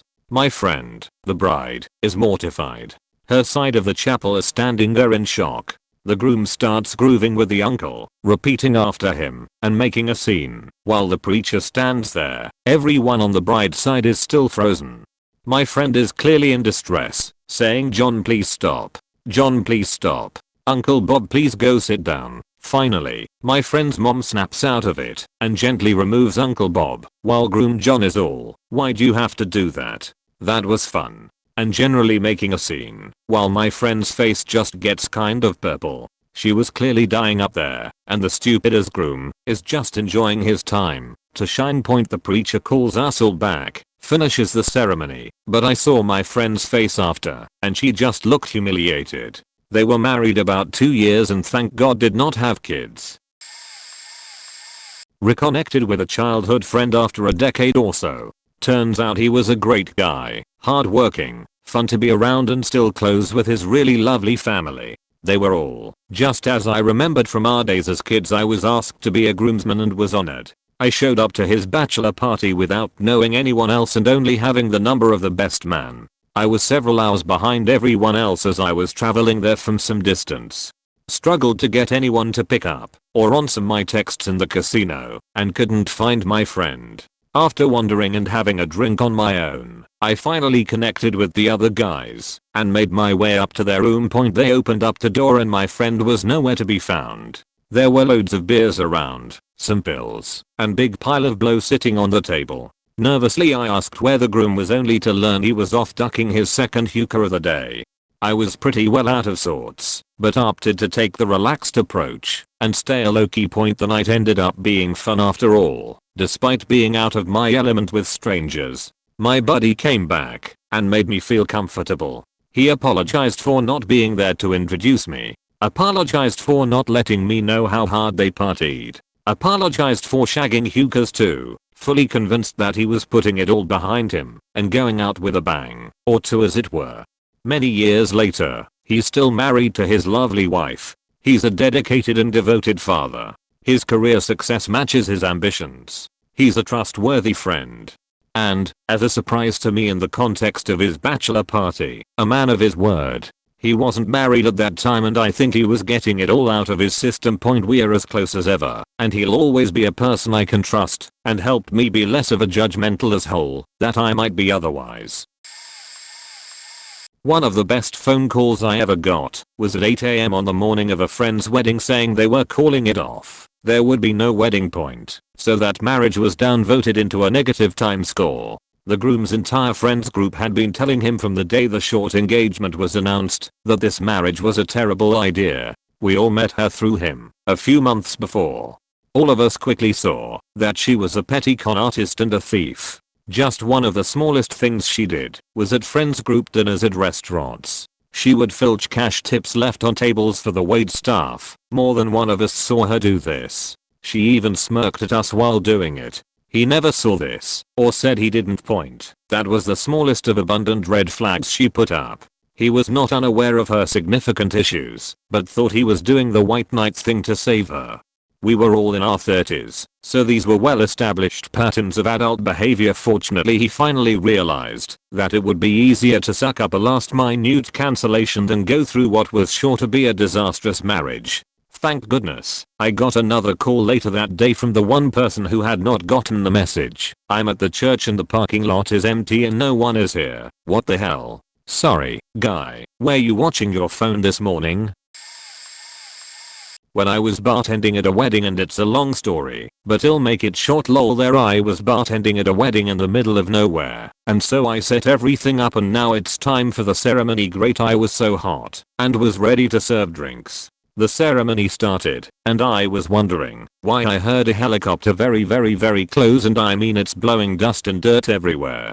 Now, the table sets are ruined, and hats are flying, but the service continues. But the helicopter is so loud, and you couldn't hear anything. Mind you, a videographer was recording lol. So then the lady that works at the venue stops the end ceremony after they kiss and tells everyone they need to go inside.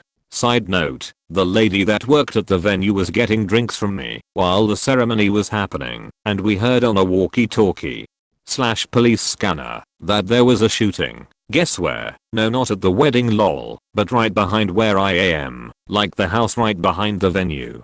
Mind you, it's acres of land, but if I walk about 5 to my right I can see a man pacing in front of his house with a dead body on the porch. XXX. From this point I knew it was not going to be a long marriage. XXX. Side note, the police put a barrier around the area, so mind you, we didn't know why, like only half of the people were there. Well, come to find out they stopped people from coming down that single dirt road.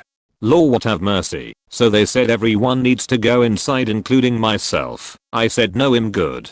Who would shoot the bartender? Anyway, so everyone is inside and actually they aren't upset. So I make a ton of drinks and get people happy, then they send everyone back out because they thought they heard the radio say they had it under control, but the helicopter is yelling at everyone to go back inside. What a mess in thinking. So then, not sure how they heard that the man would only surrender if he had some beer and cigarettes. Well, lucky for them, that gal with the beer literally give the lady at the venue like 3 nasty Coors Light beers, and someone gave her like a couple cigs to take to the police, and literally, kid you the heck not, I watched this man drink all those beers and smoke the cigs, and then he surrendered. Can't make this up. He yells thanks for the beers and gets arrested. That wedding was all bad juju. Not only that, but the bride broke her ankle, so yup, the gods are not having it. Come to find out they got divorced a few months in. How do I know? The lady from the venue called me and told me because she found out from the photographer that they didn't even want their wedding pictures cause they are divorcing. That's my story lol. I saw 2 weddings that were so sad. I was at one wedding where the father of the bride thought it was funny to joke about the bride's promiscuity during his toast speech. After telling many stories about the bride's extreme dating, she was really young too, he proceeded to make jokes about the extremely short period of time the couple knew each other before the engagement and the actual wedding date. It was barely 3 months and they were getting married. The guests next to me explained that none of it was hyperbole. I was not sure if the bride or the father was the source of the problem because the whole thing was so bizarre. I knew there was no way the groom could go home feeling special or confident about his decision to get married. I felt so sorry for them both. They were married for less than 6 months after. At another wedding, the officiant chose to give a personal backstory about the couple during the reception speech. During the story, he discussed how he had to give the couple marriage counseling for months before the wedding because the bride tried to back out. They knew each other for a short period of time in real life because they met and got engaged over the internet. Anyone who gives marriage counseling should not discuss it. It was really bad judgment. I saw the bride in the bathroom and I could tell she wanted to bolt right at the ceremony. That was also a short marriage. This is why I hate weddings. There are few weddings where the family is well enough behaved that nothing goes crazy or wrong unless you are not paying attention. Everyone is stressed about making an ordinary relationship binding, and we are supposed to act like we have no doubts while we eat food and drink alcohol. Even if the wedding is awesome, it has no bearing on the likelihood the marriage will last. TW, drinking, abuse, and a bunch of other awful ish. Before I moved from Michigan to Georgia to get married at 19, he accidentally forwarded me a message he sent to another girl telling him he was just looking to get his DC wet before he gets married. We fight. I still take a bus down there after selling all of my belongings. He forgets to pick me up at the bus station. He got so drunk the night before with his roommates, that he slept through his alarm. I sat there, panicked and crying, calling from a payphone because my cell stopped working, and ended up sitting at a bus station in a town and state I've never been to until about 6 that night. He picks me up and drives me directly to a Super Bowl party instead of somewhere quiet where we can talk. He gets hammered and ignores me the entire time. I find a place and put down the rent and deposit a week later. We wanted to just sign the paperwork and get it over with, but a friend dragged us into the woods in jeans and hoodies and married us. He had eye surgery recently and decided, in an orco haze, to get licensed to perform weddings. It was awful. He cheated on me constantly, drank every weekend, and eventually every day. About a month before he deployed for the first time, we had an early Halloween party because the guys wouldn't be home on October 31st. HD gets so drunk that he locks us in the room, climbs on top of me, and beats me until 3 men break down the door and rip him off of me. I stayed between low self-esteem and being raised in a super strict Catholic home. I was under the impression from my family that this was my fault somehow. I really tried. We had a kid, and he cheated on me throughout the whole pregnancy and never stopped. I finally mustered the strength to leave after far too many years. He's a full-blown alcoholic now and has wrecked 2 cars this year alone, drunk driving. He has little to nothing to do with his child and still tries to call me to scream at me about circumstances that have nothing to do with me. Moral of the story: religion is bullshit. Pay attention to red flags and learn from my epic mistakes. No one deserves that kind of treatment. Not for a moment. I went to a wedding where the bride wanted it to be super fancy, everything black tie, black and white, and 0 other colors. I don't even remember flowers. Anyway, the whole thing had a vibe of a funeral, and that was when everybody realized that no one was excited for them to get married. Then one of the groomsmen passed out during the ceremony. 3 months later they were in couples therapy. 3 months after that she got him drunk when she was ovulating and ensured he didn't use a condom. They had a kid, which he did not want to have. They were early 20s. He stuck it out for about a year and then they divorced. He found out in the divorce proceedings that this was not her first marriage. She had been married before, but the last guy divorced her because she was psychotic, diagnosed bipolar in her teens. Told no one. He wanted joint custody. She agreed and then basically abandoned the kid, and he effectively has full custody. She comes around and asks to see the kid occasionally, but she's faking batshit crazy. The worst part is, if she would have been honest about her mental health from the start, I know my friend would still have fallen in love with her, but he would have been more attentive to her needs and worked with her and a therapist, and they could have at least made a better go of it. But she didn't tell anyone, probably out of shame, so we all just thought she started using meth or something. A cousin that I'm not close to and don't particularly like was getting married. His bride bought 3 wedding dresses in the year leading up to the wedding, partly because she gained weight, but also because she just decided the dress wasn't actually the one and so a whole new dress should be bought. Then she complained non-stop about how her parents and his weren't spending enough money on their wedding. They ended up spending somewhere between $75 to $100k, but nothing was good enough. She refused to send invitations out as a form of protest to not getting everything she wanted. Give me more or there won't be a wedding and all your deposits will be wasted. Because she delayed invitations by months for a June wedding, a lot of people declined because they had already booked vacations or whatever. So she made a photocopy of the invitation and had them printed at Walgreens and sent out reserve invites 2 weeks prior to the wedding, trying to get more people to come/send money. My mother and I got the second round of invites. Notable because that entire side of my family is my mother and me, as well as my husband and kids, my grandmother, then my cousin and his parents. Neither of us attended, nor did we want to, but the 2-week prior invitations just felt rude AF. According to my grandmother, on day of the wedding the bridal party alone went through 3 kegs before the ceremony. The groom and groomsmen stood around the keg drinking in view of all the guests until the actual ceremony started, which my grandmother just found very tacky. They are still married, but I feel like it is more for show. They each spend holidays with their own families and don't see each other, and they both go on vacations without each other. He works 70 hours a week too. It's only been 2 years, but I think they're the kinds to torture each other for eternity than admit to making a mistake. The friends and wedding guests did not actually find out for a few months about this major red flag at the wedding ceremony, but it was no surprise when we did find out. As the bride was about to walk up the aisle, Her father standing beside her was saying, "Honey, you do not have to do this. We can leave right now. We'll just get in the car and go. This is not a good guy. You know he has serious issues. This wedding is a mistake. Let's just go." Her two brothers were also right there. As ushers, the groom only allowed one groomsman and bridesmaid, and were saying in full-hearted support, "Sister name, let's leave. Let's go. The car is right here. Let's just go." The bride, a dear friend, told me later that she would have left the church with them, but she looked into the church and felt that she could not leave us all just sitting there. She had to go through with the wedding. Everyone who heard about this later told her that we would have all been happy had she stood up the groom at the altar. The surprise was not that the marriage broke up, but that they dragged on with it for 5 years. No children, thank goodness.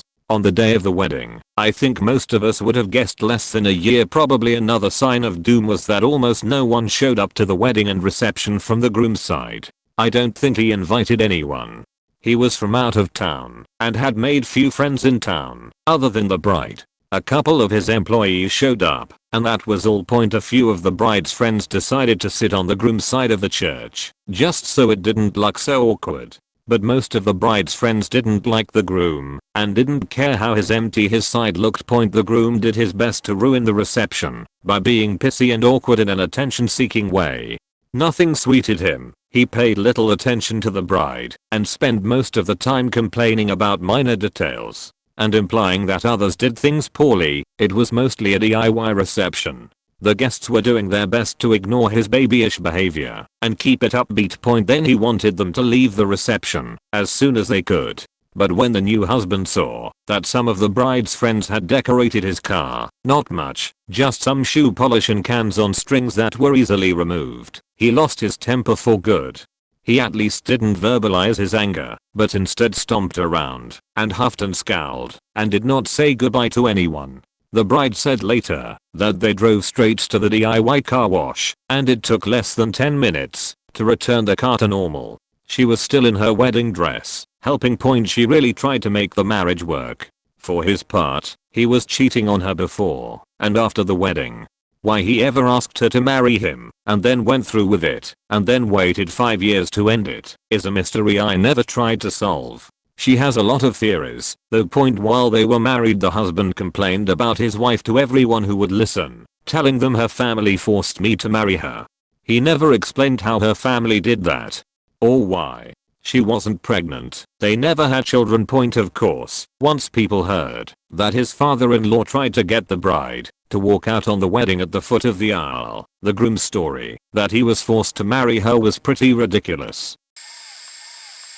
My own wedding. Backstory: I knew I would love her forever within a year of us dating. She said she felt the same. From the start we've been incredibly good at communicating, especially when it comes to uncomfortable conversations. My parents divorced when I was a toddler and remarried several times each. I told her I would only ever marry once, and I wanted to be absolutely certain it would last.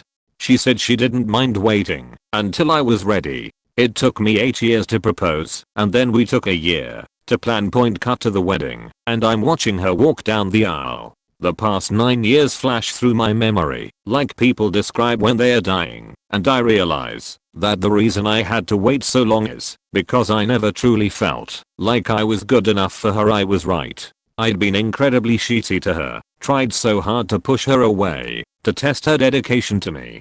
I was always ready for the day she'd had enough and decided to find happiness elsewhere. And in that half minute watching her walk toward me, I have all of these memories stitched together, wrapping around and smothering me in a quilt of shame. I'm absolutely dumbfounded that she'd put up with my bullshit, my emotional abuse, for the better part of a decade, almost a third of her life.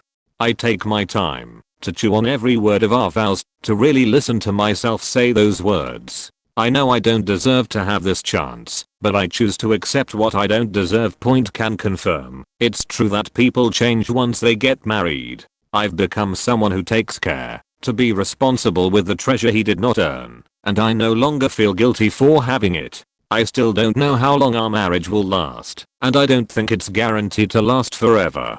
but I'll never marry again, and I work every day to make myself as indispensable to her as she has been for me. To be brutally honest, I've allowed her to guide me toward being the man I always wished I could be. She's allowed me to chip away at her insecurities and reveal the warrior she was always ashamed to be.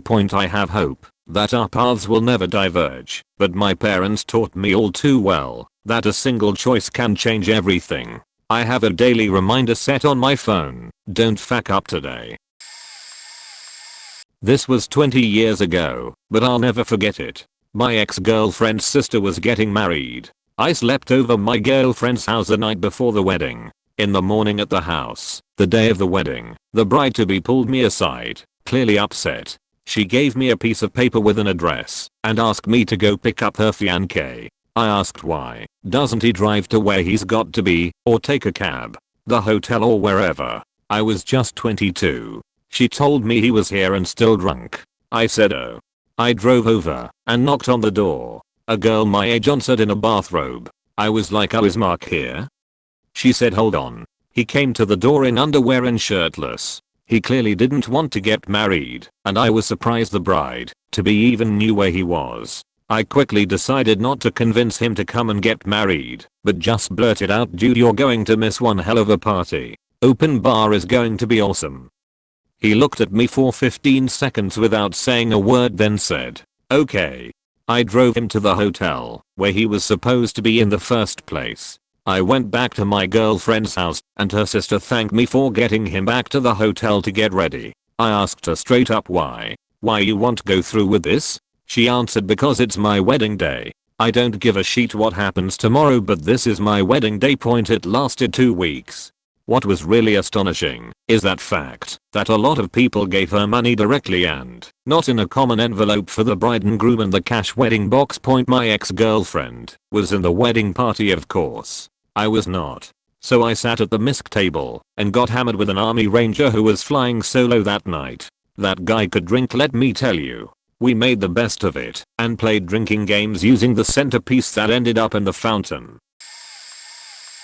I used to DJ weddings and I have a few stories, but there's one that definitely sticks out. I had to meet with the couple before the wedding day to go over the details of the reception, and these two could not agree on anything.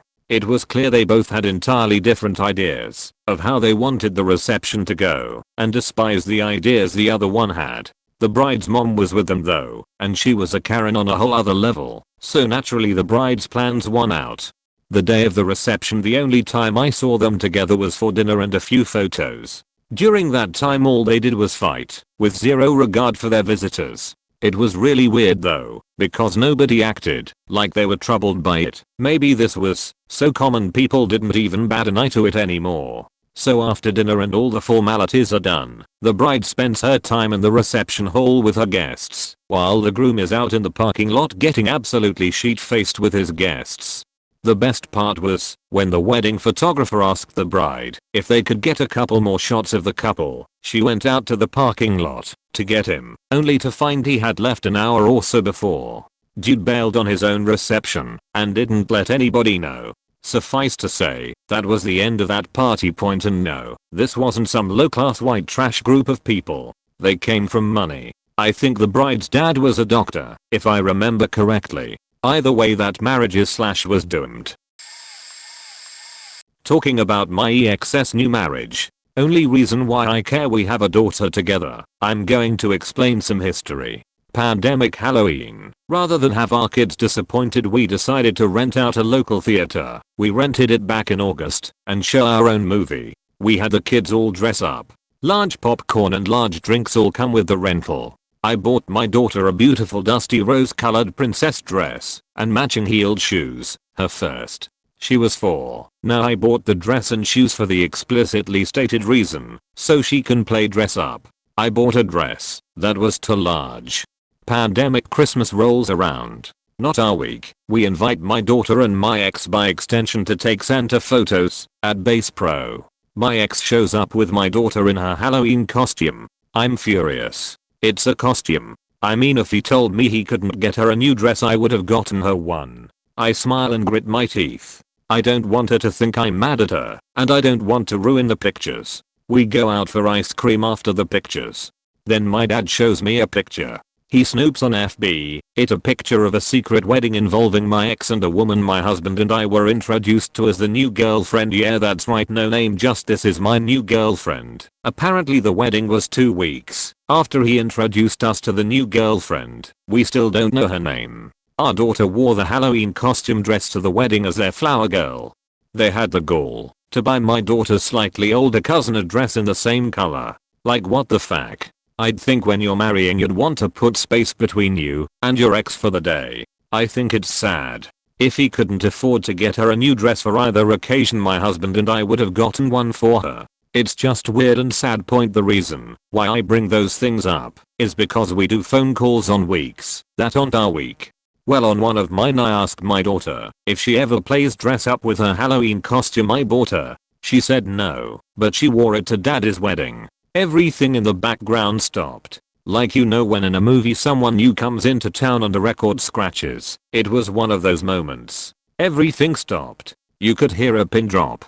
In a very angry voice we hear the new wife say to my ex, "What does she mean by she bought the Halloween costume? She wore it to our wedding." Then we heard a door slam. Lots of arguing.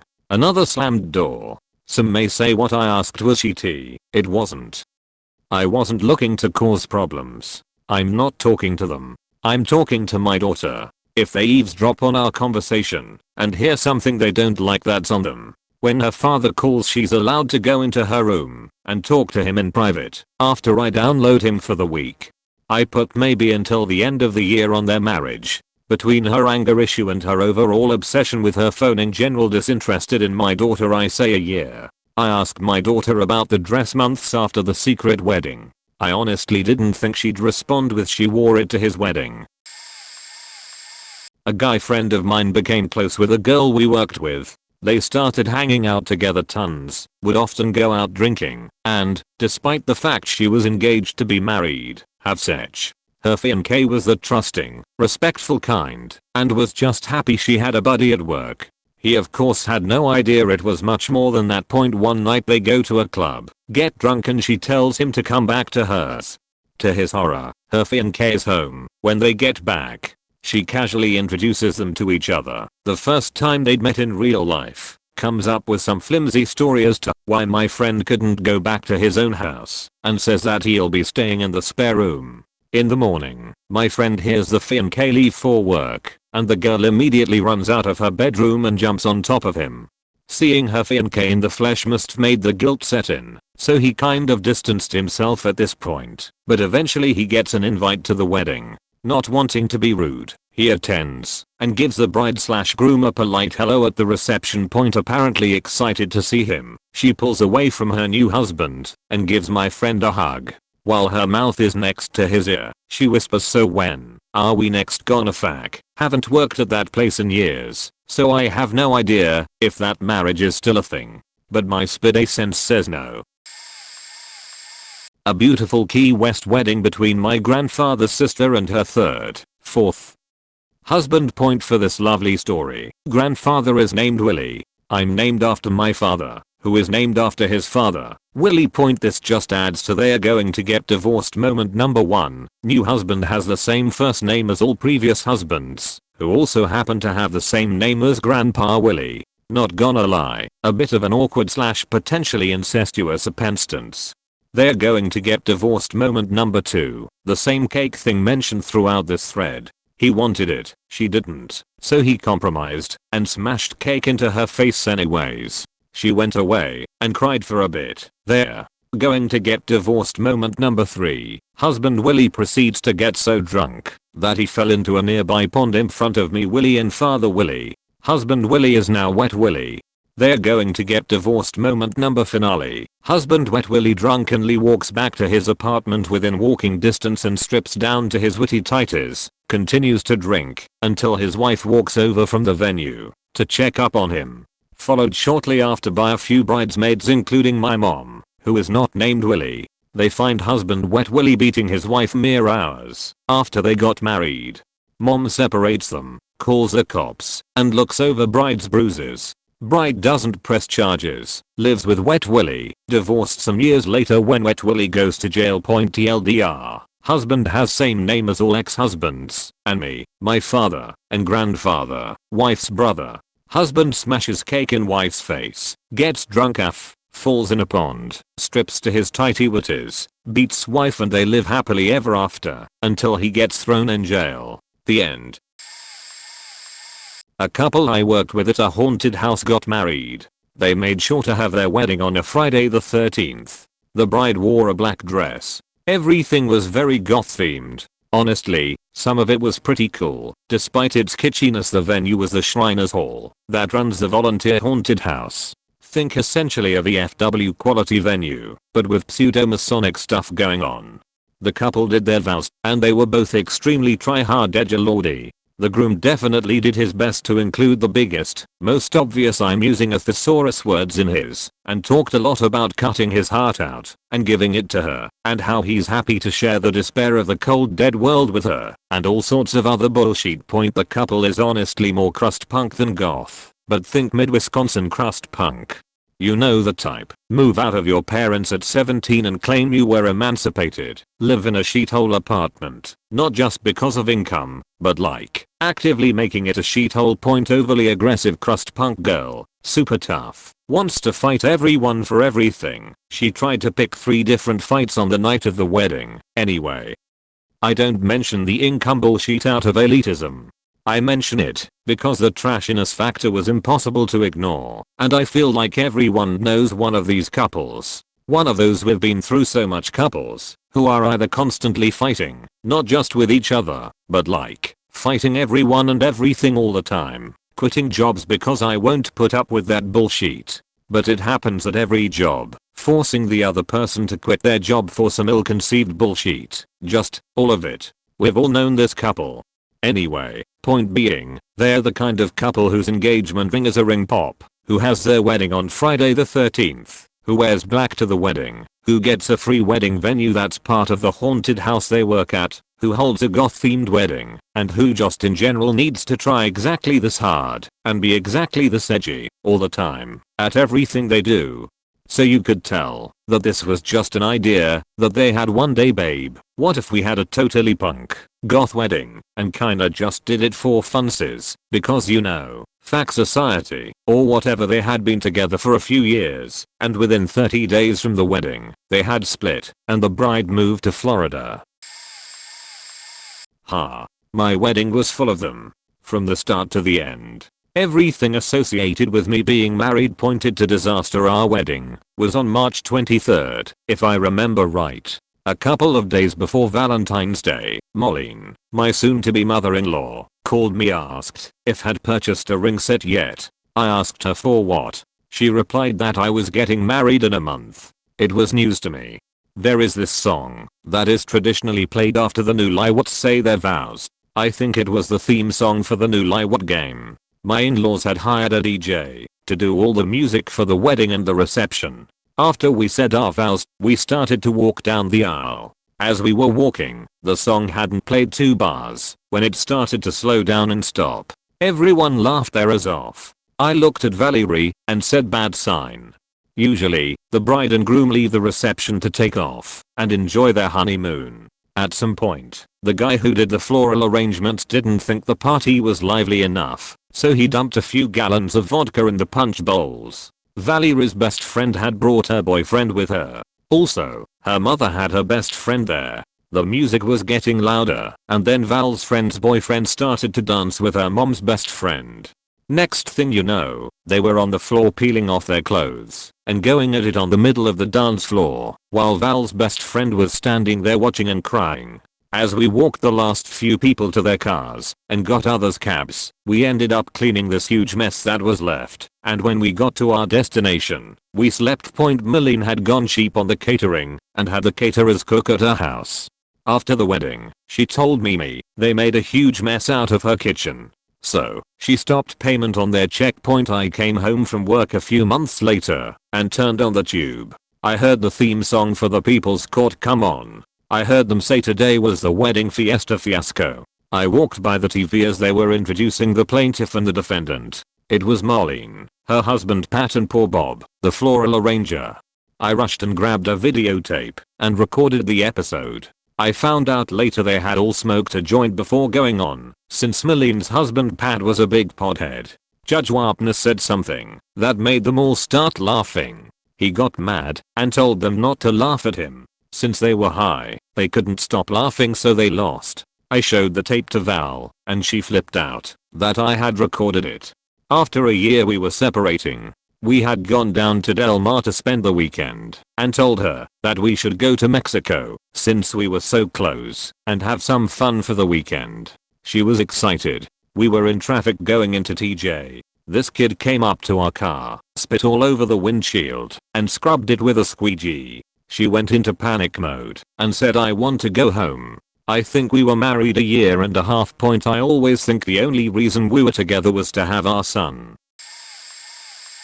My wife was invited to be the maid of honor at her best friend's wedding. For months she slaved over the planning and execution of nearly everything involved. It was for a lesbian couple. Both worked under my wife in the same company for years. One of them was noticeably out of her mind crazy, and I couldn't stand her. The other was pretty chill. I had chosen to not attend, even though I was invited, simply because I cannot for the life of me stand the one bride. I mean, she's bad. Like, the kinda person you can't be within 10 feet of for more than a minute without losing your mind. Well, the wedding was being held at the crazy bride's mother's house. A huge 10-bedroom, disgustingly large house. They of course invited their closest friends, 5 to 6 of them, most from the same office, to come over and hang a few hours before the wedding was to take place. So they all showed up, including my wife, the maid of honor, 4 hours before the ceremony. Well, none of them came dressed up, including my wife. So an hour or two before things were to begin, they all decided to go get dressed up, and the mother demands they all leave and go elsewhere to do it, as it would somehow be unlucky for them to dress up in the same house as the brides. And the bride of the crazy mother says nothing. Deer in headlights kinda look on her face. All of them being an hour or more from home, all ended up getting dressed up and doing their makeoop in a 711 bathroom, switching out with customers, as it was a single room. She told me it was beyond embarrassing. Then, to make things worse, the mother demanded that my wife, their maid of honor, not be standing near them while they were saying their vows, but rather pulled up an extra chair into the room, at the very back, behind the guests, where she was to stay seated for the entire ceremony. I was livid. A lot of my own money went into decorating and whatnot, as well as a nice expensive gift. My wife ended up making the nearly 2-hour drive home later that evening, crying the entire way. In the end, they moved in together December of 2019, right after getting married. With COVID, they were housebound and couldn't escape one another. They divorced in August of last year, after hardly 11 months. The really cool one of the two brides ended it, saying they were better as friends than lovers. That the other was insufferable. He showed up early to accuse her of cheating. The reason why, he was bored and wanted to come to the banquet hall.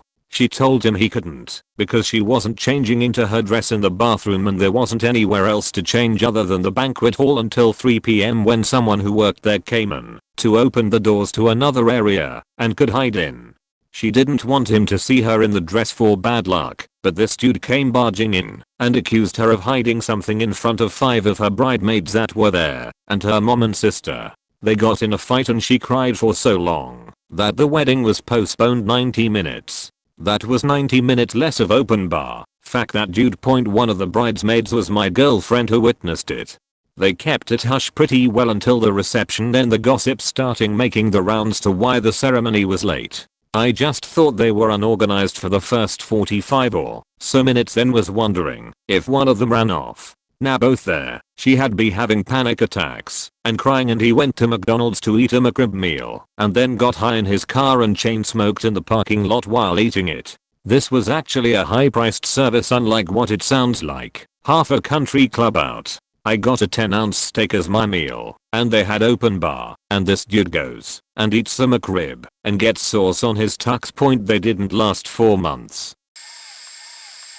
I was less than a year out of high school and my friend had been waiting to get married. He and his girlfriend had been together a couple of years. He had graduated same as me last year, and she was graduating this year. They were waiting until she graduated to get married. Condition of her parents: I was not a fan of the girlfriend, but I want old/mature enough to know that what I didn't like was that she was crazy manipulative, gaslighting and emotionally abusive. But they were both going to enlist as soon as they were married, so they had to get married. I won't pretend to understand point anyway. She was graduating in late May, wedding was scheduled for early June. In early April, they had a huge blow up and broke up. Not particularly unusual, they usually did this every couple months, so they kept the wedding date just in case.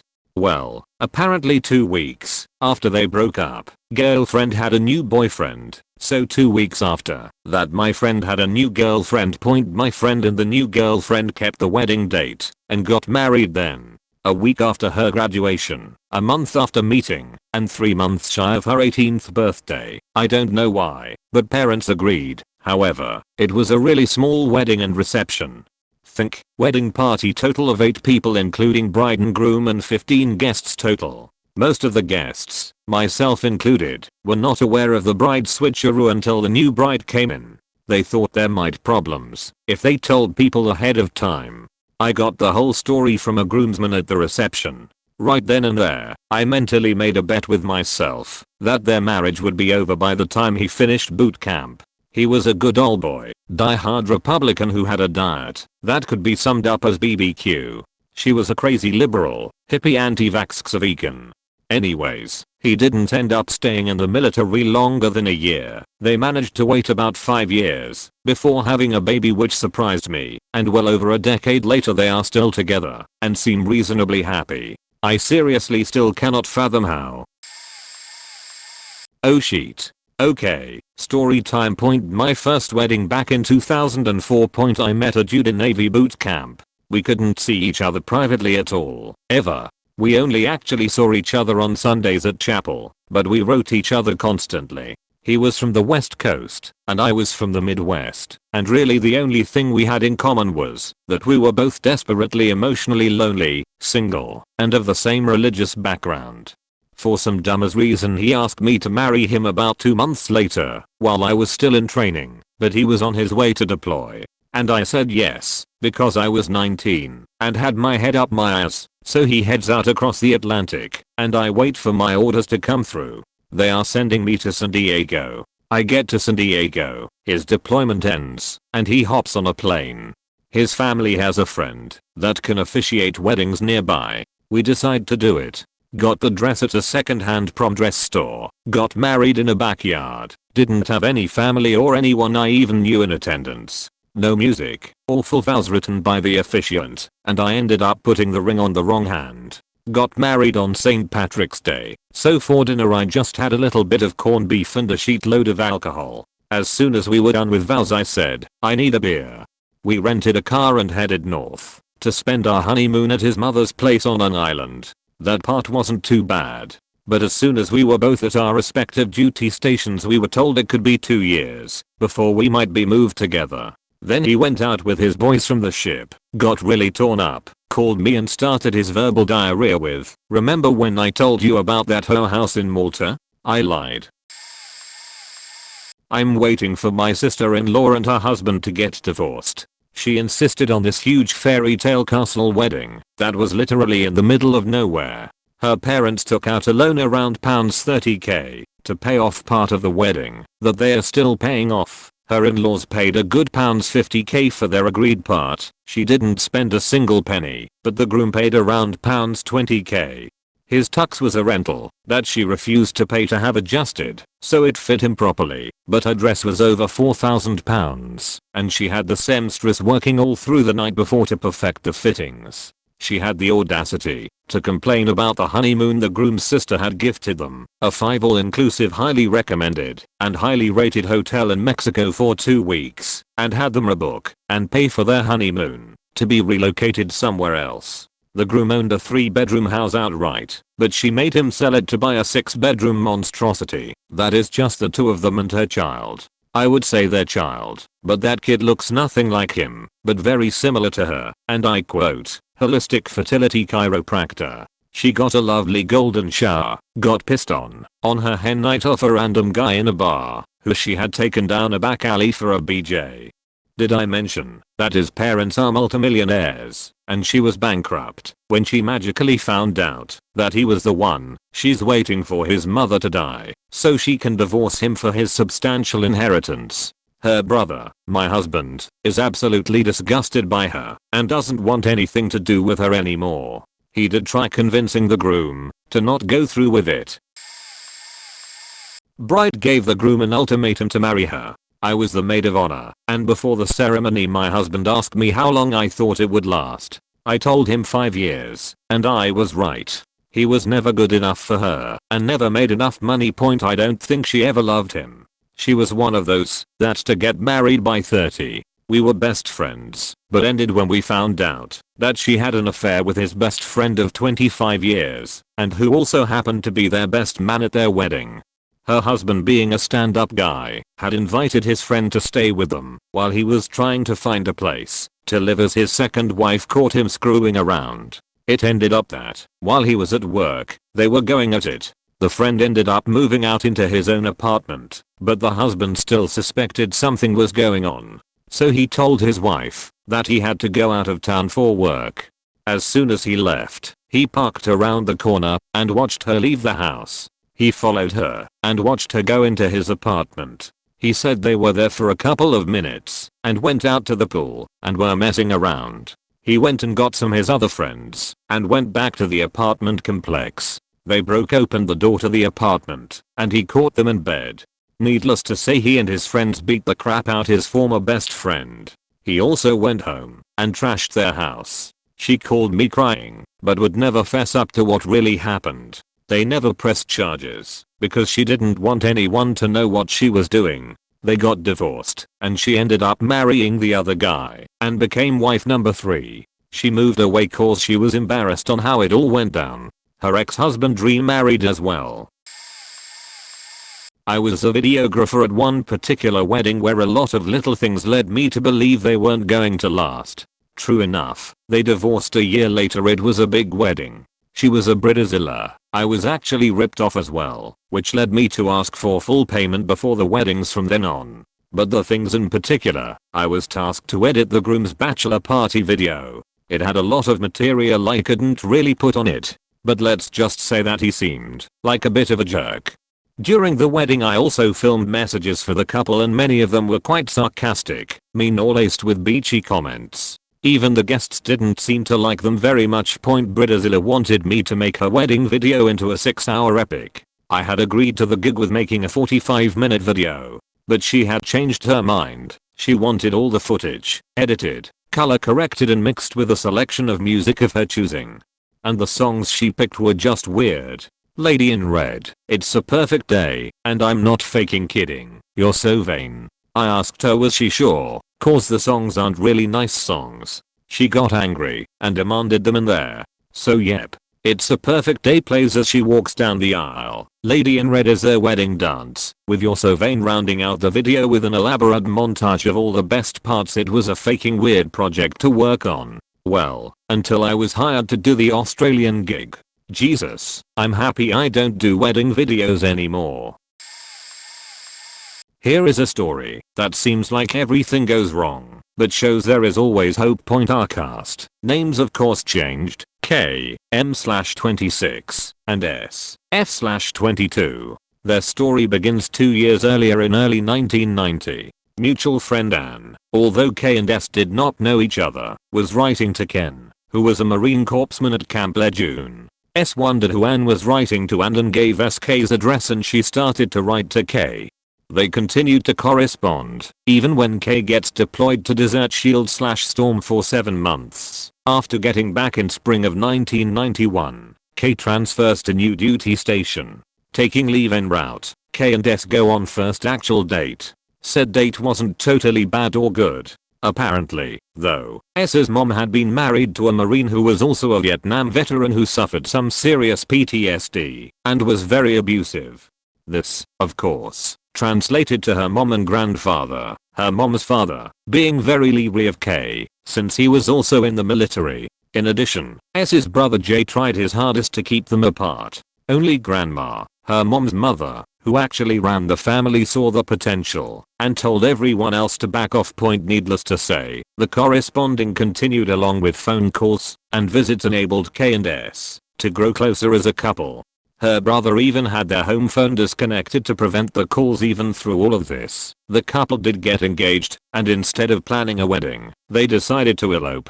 One of K's co-workers acted as a best man, photographer, and witness. They were married at the base chapel by the Navy chaplain, who was also a Vietnam veteran and also a Marine. Also, S's brother Jay predicted to the couple their marriage would only last 6 months. Interesting so far, eh? After they got married, K and S agreed to co-sign for a loan for the co-worker. Come to find out, co-worker was embezzling from their company. Unfortunately, co-worker committed suicide, so K and S had to repay said loan. Finally, after all the above, things settled down, and K and S got to move to many different places, since K still had 12 years left in the Navy until retirement. Later on, Grandpa actually apologized when he realized the marriage was going to last, and even the brother came around, although K would rub it in every anniversary about how many 6-month periods have passed. Needless to say, S and myself have just celebrated their 29th anniversary and are still going strong as ever. Congrats on making it through. TLDR. Couple with every negative: military, family against, long distance courtship, eloped, witness later committed suicide, and stuck couple with co-signed loan. Constant travel due to military, but couple is now celebrating 29 years of happiness. My sister got married in 2012 to a guy no one liked. This guy's your typical nice guy, lied about everything, his age, salary, whatnot. His family was even worse. His sisters were like the mean girls from hell. My sister is no good either. She is a princess who lives in her own world, where everything is about her. Everyone told her that she would not survive in that family as his sisters will make her life miserable. This is India, mind you, where living with your in-laws after your marriage is common. This is not an arranged marriage, by the way. She picked him and told everyone she will not marry anyone else. We warned her not to come crying to us if something should happen. She said she will die before coming back to us. A week before the marriage, she has a huge fight with the guy over the phone over some shitty thing, and he stops answering. I'm tasked to go to his house and make him talk to her, if you can believe that. I really didn't want to, but to keep the peace I headed out. I have almost reached his home. My mom calls me and tells me to come back as they are talking now. FML. She wanted an extravagant wedding, and my dad didn't want to pay for it, neither did she. So I was emotionally blackmailed into giving up my savings, almost 40%. I'm like, fuck it, let's get this over with, and gave in. A few days later, they have another huge fight, and now she says she will not marry the guy. I say we cut our losses and call off the wedding, but my mom insists we have to go through. Somehow we make it through the wedding, but they separated within a month as she couldn't stand to stay with his family, and he was not willing to leave them. The divorce was finalized 6 months later, as it's court mandated in India. He married within a year of that point. Where is she, you ask? Still living with parents. She is 40 now, working a bit here and there. My mom keeps enabling her, and my dad DGAF. The stunts she tried to pull at my wedding and my marriage is a big story or another time. The first wedding I've ever been to, my aunt's wedding, when I was about 8. Memories are a bit fuzzy. The church ceremony was so boring for 8-year-old me, but I distinctly remember 2 moments, quite telling ones. My mum, my aunt and I were outside the church, next to the car just minutes before going in. I think the ceremony had been delayed because the groom was late or SMTH. The wedding march song started playing, and my aunt went, "See, the bells are telling me." She sang this part: "Don't marry him, don't marry him, he'll cheat on you." Haha. I was as much perplexed as a kid by it as I'm now. We has chickens at the time, and my mom set up a joke for our gift, the reception, explaining to me that the groom liked pretty girls. So we made an announcement that our present also contained pictures of beautiful chicks. Obviously we gave him chicken pictures. We laughed. He didn't. He looked genuinely disappointed that his arousal was for nothing, and his wife wasn't one bit surprised by his reaction. She looked kinda sad and used to it. They divorced not too long later, maybe a year or two, after he repeatedly cheated on her, spent tons of money on gambling and terrible business ideas, made debts in her name, and even got the police to smash their door in the night for some illegal stuff he'd been doing, which the police believed she was involved in as well. Yeah, all around a pose. No idea why she was with him in the first place. But I was too young to be told this stuff back then, and I won't reopen wounds now by asking. My mum told me Aunt still wakes up some nights in a sweat reliving the trauma of policemen smashing their door, invading every inch of their home, and interrogating them deep in the night. I should have known. When I linked arms at the head of the forest path for my dad to walk me down the aisle, and my dad abruptly told me that if I wanted to run, to race for their house and lock myself inside, and that he would grab my daughter and get her inside, then use the police to send my about-to-be husband away. At that point my parents didn't know my life was a nightmare no one should have to live.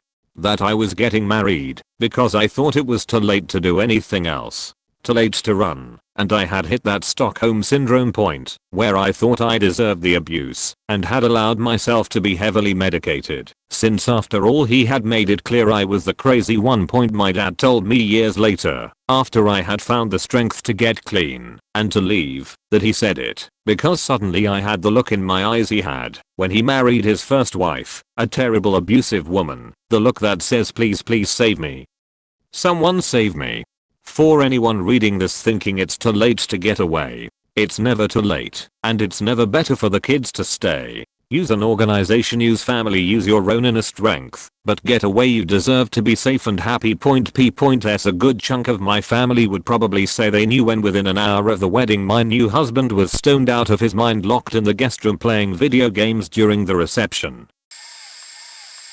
A lot of this is red flags leading up to the wedding, but there's a pre-wedding moment that caps it off. Long story incoming. One of my best friends, we'll call him Clay, was getting married, and it was not a good situation. He's a really kind-hearted guy, but unfortunately, she took that as easy to manipulate, and she, we'll call her Wine, complained about everything. I could go into stories about how we got him a ticket to a major sporting event she wanted to go. We didn't have any other tickets, so she tried to guilt him out of going because he'll be there having fun and she'll be sad and alone at home. Or the numerous times she tried to force a joint bachelor/bachelorette party, to which all of us said, "Fuck no." Or the fact that she invited herself to join one night we were playing games, spent half of it in the other room by herself, and then came around the corner in my own house and yelled shush. She literally forced him to bring her, then complained the whole time about how loud we were being. Still, it's the night before, and the wedding itself that stands out. I already was considering talking him out of marrying her after she was being rude to him at the rehearsal dinner, and we found out she snapped at his grandmother for no good reason at all. Clay's grandmother is the kind of woman that would bake you a pie and then talk shit. You don't fuck with her, she's the best. Wayne was pushing me to say where we were going for his bachelor party. At that point, an escape room and a bar. He didn't want to go anywhere that may upset Wine, and we realized it wasn't because she was being friendly and curious. She was trying to go to. Hell no. Went outside to smoke, trying to figure out how to be the bad guy that says please don't marry this woman, and a longtime friend of mine walks out. Then another. We're all really uncomfortable about the situation, smoking, drinking our beers. Another friend comes out, and it gets quiet for a second before he just drops the bomb. So, Clay shouldn't be getting married, right? It got to a point that Clay's mom came out, we shut up, and she even dropped on us that she wasn't for the marriage. Offered to give us however much money we need if we can make sure Clay doesn't show up for the wedding tomorrow. We tried. Went to the bachelor party, and suddenly Wine is texting and messaging all of us, trying to manipulate info out of anyone that she could. We realize she's doing this and make a decision to turn our phones off. Meanwhile, one of our friends who was helping her with her bachelorette party said she was going ballistic because she didn't know where Clay was and wanted to join us, and it was supposed to be a joint thing. We haven't even gotten to the bar. We were in the escape room. We had taken Clay's phone, and she sent endless amounts of messages demanding to know where he was, said she cancelled her party because she was so upset and he needed to come back. We spent all night trying our best to talk him out of it, all the way into the next morning. When we found out Clay showed up to get ready, we decided if he was going down, we weren't letting him do it alone. One last conversation with the groomsman, and he was ready to walk. His mom pulled the car up to the door outside the dressing room. Family and friends all were watching to see how this would go, and his dad walks in and goes, "Hey bud, why not go through with it, and if you decide it's not for you, you can always get it annulled." I have never seen a murderer born in a moment, but the look on his mom's face was probably as close as I was going to get. We literally had every groomsman and even some of the bridesmaids saying don't do this. Family was begging him not to do it, but he didn't want to hurt her. So we went out for the wedding, and she was shaking. We thought it was wedding jitters, which would make sense. Nope. She stopped shaking when the "if anyone objects to this marriage, speak now or forever hold your peace" line was dropped and no one spoke up. I think she thought, rightfully, that someone would object. She immediately became calm, scary calm, like watching a murderer get a not guilty verdict. But when the pastor continued, you could tell where the family and close friends were in the audience by the deep sighs of disappointment. She spent the rest of the wedding giving him shit for the night before, making him feel guilty for not coming home because she needed him, so on. We thought he was stuck for life, because if all this didn't stop it, nothing would, but he thankfully was just done with it all after about a year or so, because people stopped inviting him to things, and when they did, he spent most of the time embarrassed by her actions. I've never seen so many people object to a wedding though, and while so many of us wished it didn't last at all, the night before and day of were some of the craziest red flags against a marriage that I had ever seen.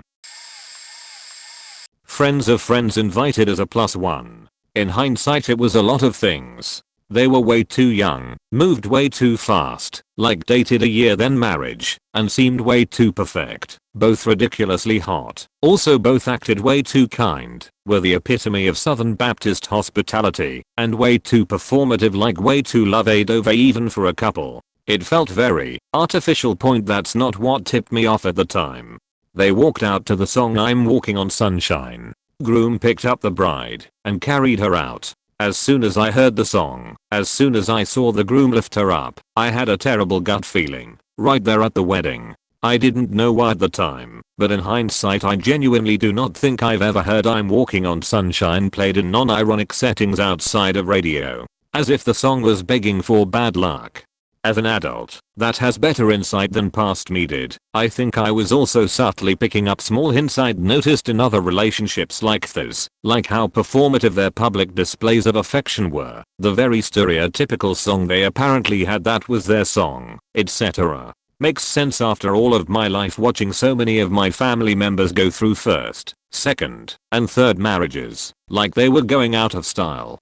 I had the gut feeling for a while, but kept quiet because really, I'm pessimistic as hell, and assumed the worst in everything as a defense mechanism, and I didn't want to literally break up a marriage over a song, so I didn't. I didn't really believe in love at the time, but because they seemed like really sweet people, I really wanted it to work, so I wrote it off, and kept it to myself, kept up a nice smile, and buried it deep inside. Went to their reception, things were okay, groom threw the garter, and I caught it, it all seemed fine. Turns out my gut feeling was right because they eventually got divorced, I think a week or two later, maybe longer, not sure, it's almost been a decade. Apparently he cheated on her after getting drunk at a party. To make matters worse, she was pregnant with his child. Anytime the song came on the radio, my friends and I kinda winced and changed it. Obviously the moralies, don't get married so quickly and so young, but I think the song pick definitely was a subtle hint to their mindsets at the time. And again, "I'm Walking on Sunshine"? That's asking for bad luck. My parents.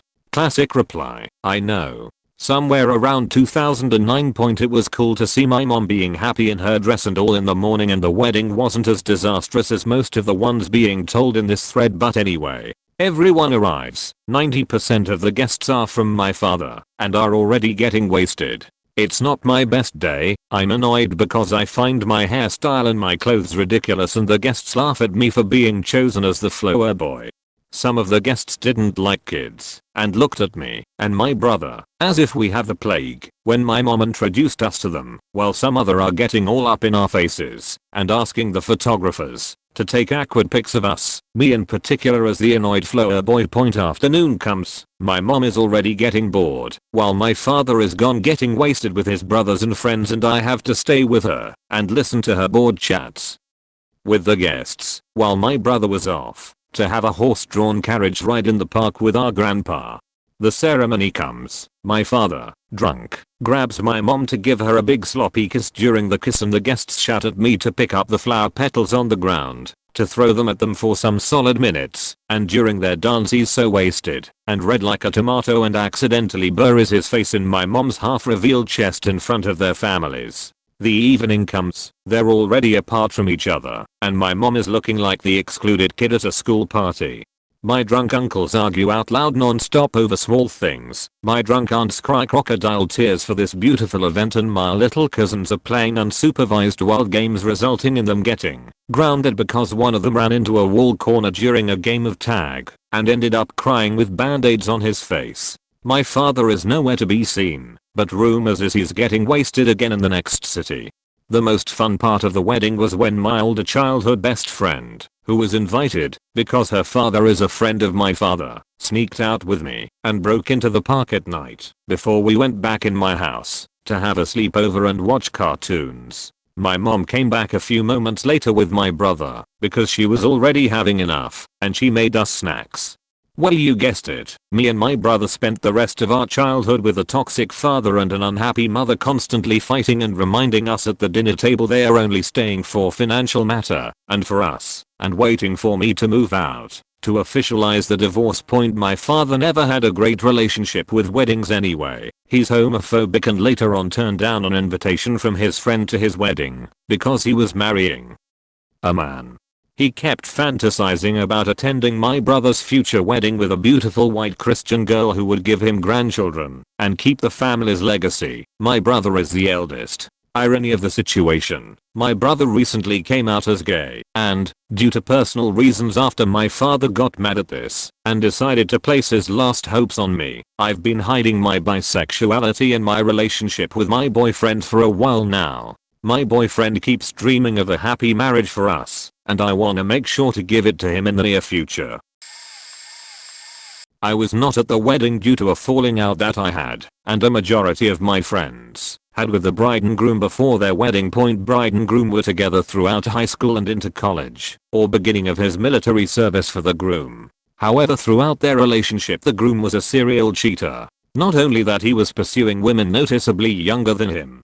In high school he was hooking up with girls that were 14 to 15, and he was 17 to 18, which can be a little weird, but not totally taboo. When he was caught, when he was 22, he was cheating on the bride with a girl that was 15. The bride was absolutely not happy and was very much in an abusive relationship, but was extremely loyal to the groom and blamed his serial cheating on his manly urges. We pleaded with her to leave him before it was too late, but that ended up with a massive argument and rift in our friend group that defended the bride's decision and those who didn't. It was bad. Fast forward, they got married, and less than a year later she finds out that he, probably 23 or so, was messaging two 14-year-old girls in an attempt to a three-way. They divorced soon after that. Point: the bride is doing well now, and I honestly don't give a fuck about what the groom and is doing or how he's doing, because his actions absolutely disgusted me. However, I and my friends were never able to reconnect with the bride, but I'm glad she seems to be doing better. So, before I start, this is right before everything shut down due to COVID, so here goes. My family was there for the bride, who I had never met, but I was at home for the week and thought, why not? This was a mistake. Point: the wedding ceremony went and was really your run-of-the-mill ceremony, except the groom was crying like I'm totally for emotions being shown, but there was obviously something very wrong. Also important to note that they had had 2 children, which is fine, but both had conservative families, so yeah. This is where it goes downhill. We go to the reception at this venue, and we are doing okay, until the toast, where the groom is still crying, like a lot. How do you keep crying for this long? Easily over 2 hours. The toast was okay, nothing memorable, and then we start the party, right? Drinks now flow like water. Well, someone liked their drink a bit too much. The groom then drank quite a bit, was harassing some of the women of the bridal party. We learned this after the fact, just fell into a table full of food that the bride's parents were at, then got into a drunk shoving match with the best man that just happened to be his brother. I live across the world now, for which I'm very grateful. They are still together, from what I've heard, but the relationship hasn't been healthy. Who would have thought? Well, this is not about them to not last long, but about a strange wedding point. So there was this old friend of my wife to get married. She and her groom loved to dance, so basically their plan for the night was dancing, and lots of it. They even organized one of these really old jukeboxes to pick out your music. Point problem was, she is Dutch/Danish origin, her husband is Ike, Swedish, and in addition to guests from there also there were other nationalities present, so translation to English was also required. At the beginning of the dinner people started to give speeches, one sentence in one language. Translation into language #2, translation into language #3, sometimes even into #4 next sentence. I kid you not, the first speech already blew the complete schedule for dinner out of the window. There was a speech from, and I kid you not, her father, her mother, new spouse of I don't remember whom, his father, some uncle or godfather or whatnot, some best man or girl, I don't remember. This is really true. The speeches were finished far after midnight. Then there was time for roughly half an hour of dancing. Point they were deeply frustrated with the whole thing, but didn't want to hurt any of the speakers, and so it just continued. Which goes to show that you really should appoint someone to be the master of schedule and ceremony and explicitly grant the authority to prevent certain relatives from doing certain things. It somewhat breaks my heart when I think back to it. But they are still happily married many years later, so they're at least that. Here's a slightly different take on this. TLDR, I invited a friend I hadn't met in person to my sister's wedding. Thought guest was going to murder me with words before the day of the wedding ever came. Point I invited an online friend that I hadn't ever met in person, but had talked to / video chatted with for years, to my sister's wedding in June. Yeah, I know, I'd read tons of stories about the random person at the wedding who screws it up, and still went ahead and did it anyway. We'll talk about that in a bit. She flew in a day earlier than we had planned. Not that I'm complaining, it just threw all my plans out the window, and I spent most of the weekend feeling completely off kilter. Originally, she was flying in on Thursday evening. I was going to work until noon on Thursday, get my hair cut, pick up my tux, and pick her up at the airport. Then it was off to the hotel. She messaged me Wednesday morning, saying she was on her way to the airport and would update me in a bit. I texted back, confused, saying I thought her flight was tomorrow. She messaged back that she had gotten the days wrong, and we decided to see if she could switch the tickets and come a day early. Well, she did. It was a little extra $$, but I didn't care, because hey, I really like this girl, and I won't complain about any extra time spent with her. So, I call and rent a hotel room for the night close to work, fully intending to work the half day I had told my boss I would, and then head to the hotel near the wedding venue afterwards. I head to the airport after work, hastily stopping and cleaning myself up / grabbing the bag I had packed and my costume for the rehearsal dinner. I get there around 8 PM, and her flight doesn't get in until around 10 PM. So, I wait, and wait, and wait some more at the small international airport that she was originally flying into, which was an hour north from the hotel we were headed to for the evening. I get a call, my one flight was delayed, and I missed my connecting. They want to send me to airport that is another hour north of where you are. Is that okay? Yeah, I'll be there. Okay, it'll be another 2 hours until I touch down there. So, I wait for her original flight to land, hoping I can at least grab her bag. Well, I can't. So, I trundle north another hour, pick her up, finally, and let this woman, who I've only just met in person, drive my brand new truck. And I do mean new. Normally I would have been freaking out, but I trust her, and she did great. She's one of the few people I would trust to drive my truck. So, we get to the hotel at like 1 or 2 am. I'm supposed to be to work, so I half-heartedly set an alarm. We get into bed. And I totally don't wake up to my alarm, because it was set to silent, so I sleep until 10. At this point, I don't care about work, and we head out to get my tuxedo and her checked bag. We drive back to small international airport and they tell us, oh sorry, we sent that back to gigantic international airport this morning, and it's now in bigger regional airport where you picked her up last night. So, we drove back up there, and finally got her bag.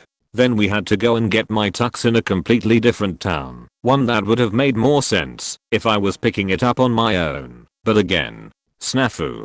Now, I'm sure you're wondering, where's the back quote not going to last moment?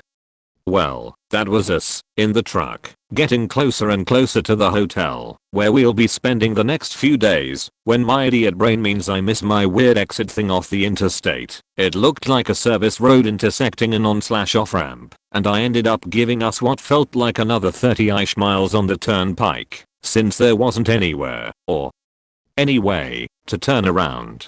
I thought for sure she was going to kill me, not because she's violent or anything, far from it. I just felt like absolute crap right then. We'd been on the road / in airports / in stores for close to 8 hours already just that day, and I felt absolutely horrible. Good news, though, we did eventually make it to the hotel. She didn't kill me, allegedly, and the entire wedding / ceremony went off pretty much without a hitch. She was the perfect guest, as far as I'm concerned. My family all likes her an awful lot now, and she even helped my mom when my mom got a bit too warm outside. I could go into detail on the afterwards, but what's the fun in that? You don't want to hear about the fiasco while trying to get her home, I'm sure. I've been a best man twice. Neither marriage lasted very long. First time, I was too young to fully understand how unstable the bride was, divorced with a kid, older than the groom. The second time, it was easy to see that coming, to the point where, before we headed over to the wedding site, I offered to drive the groom to a condo my family owned in a resort town, if he wanted to back out. I didn't push, but was hoping he might be ready to get out of it given the opportunity. How serious was I with that offer? I had a full tank of gas, the groom's favorite snacks and drinks in the cooler, and an overpass bag for me. What had I seen? She was a full-on, level 5 clinger. She called him pretty much every 10 minutes during the bachelor party, for example. At the rehearsal dinner, she lost her mind, furious with me for casually mentioning to her best friend, the maid of honor, a minor detail about the couple's post-wedding plans. Like, the kind of innocuous detail that one shouldn't worry about sharing, but apparently, the bride had lied to her best friend about it. Had the bride alerted her fiancé or anybody of her scheme? Of course not. And of course, her jealousy of my long-standing friendship with the groom was bottomless. He and I had watched every game of our beloved local NFL team since we were sophomores in high school, in person or on TV. After the engagement, he lasted until the third quarter of the season opener before her constant calls drove him to leave my place. She didn't deserve him, that's for sure. An old friend of mine got married back in the early 2000s. She was so happy when her partner proposed, despite him having cheated on her and citing her health issues as a reason for it. Regardless, they planned a modest wedding in a lovely hotel in their hometown. They put down nearly $1,000 for everything. When he decided he didn't want a wedding, he just wanted to get it over with. I've never seen my friend cry so much. They couldn't get the money back, but she relented and planned a courthouse ceremony that was done within the next 5 weeks. Half his family, including his stepdad, refused to attend. I later got told that she had found out he actively asked to work that weekend, so he didn't have to go, because he didn't want that as a daughter-in-law, and they only had 3 friends turn up, myself included.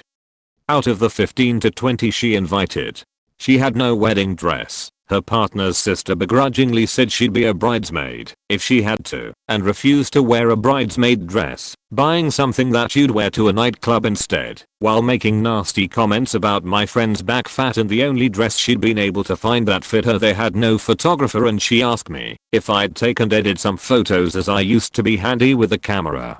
She was embarrassed that she couldn't afford to pay me because everything had been thrown together so fast, and in nearly every photo, his family that did attend were either grimacing or not even bothering to pretend they were happy. If memory serves, one of them was flipping them off behind their backs. They had no reception, no first dance, no honeymoon. As far as I know they are still together, but from what I hear, they are basically housemates with added paperwork. I wasn't there myself, but I got the whole thing from my mom and grandmother for some background. It all started with my uncle announcing that him and his now ex-wife was going to divorce on Christmas in front of the whole family, with his ex-wife there and their youngest child not knowing. That turned into a shit show. He then said that he was going to marry a woman he had met 10 days ago. He made a big deal out of telling us that he never had sex with this woman, but that he was just so in love with her. My grandmother cried, his ex-wife cried, the whole family was mad. Fast forward to the wedding. Neither me nor my brother was invited. My uncle has only invited his mom, my mom, their sister and their older brother, but had invited all of the bride's family. Yep, my uncle hadn't invited his 3 children because they were against the wedding. It was a pure shit show.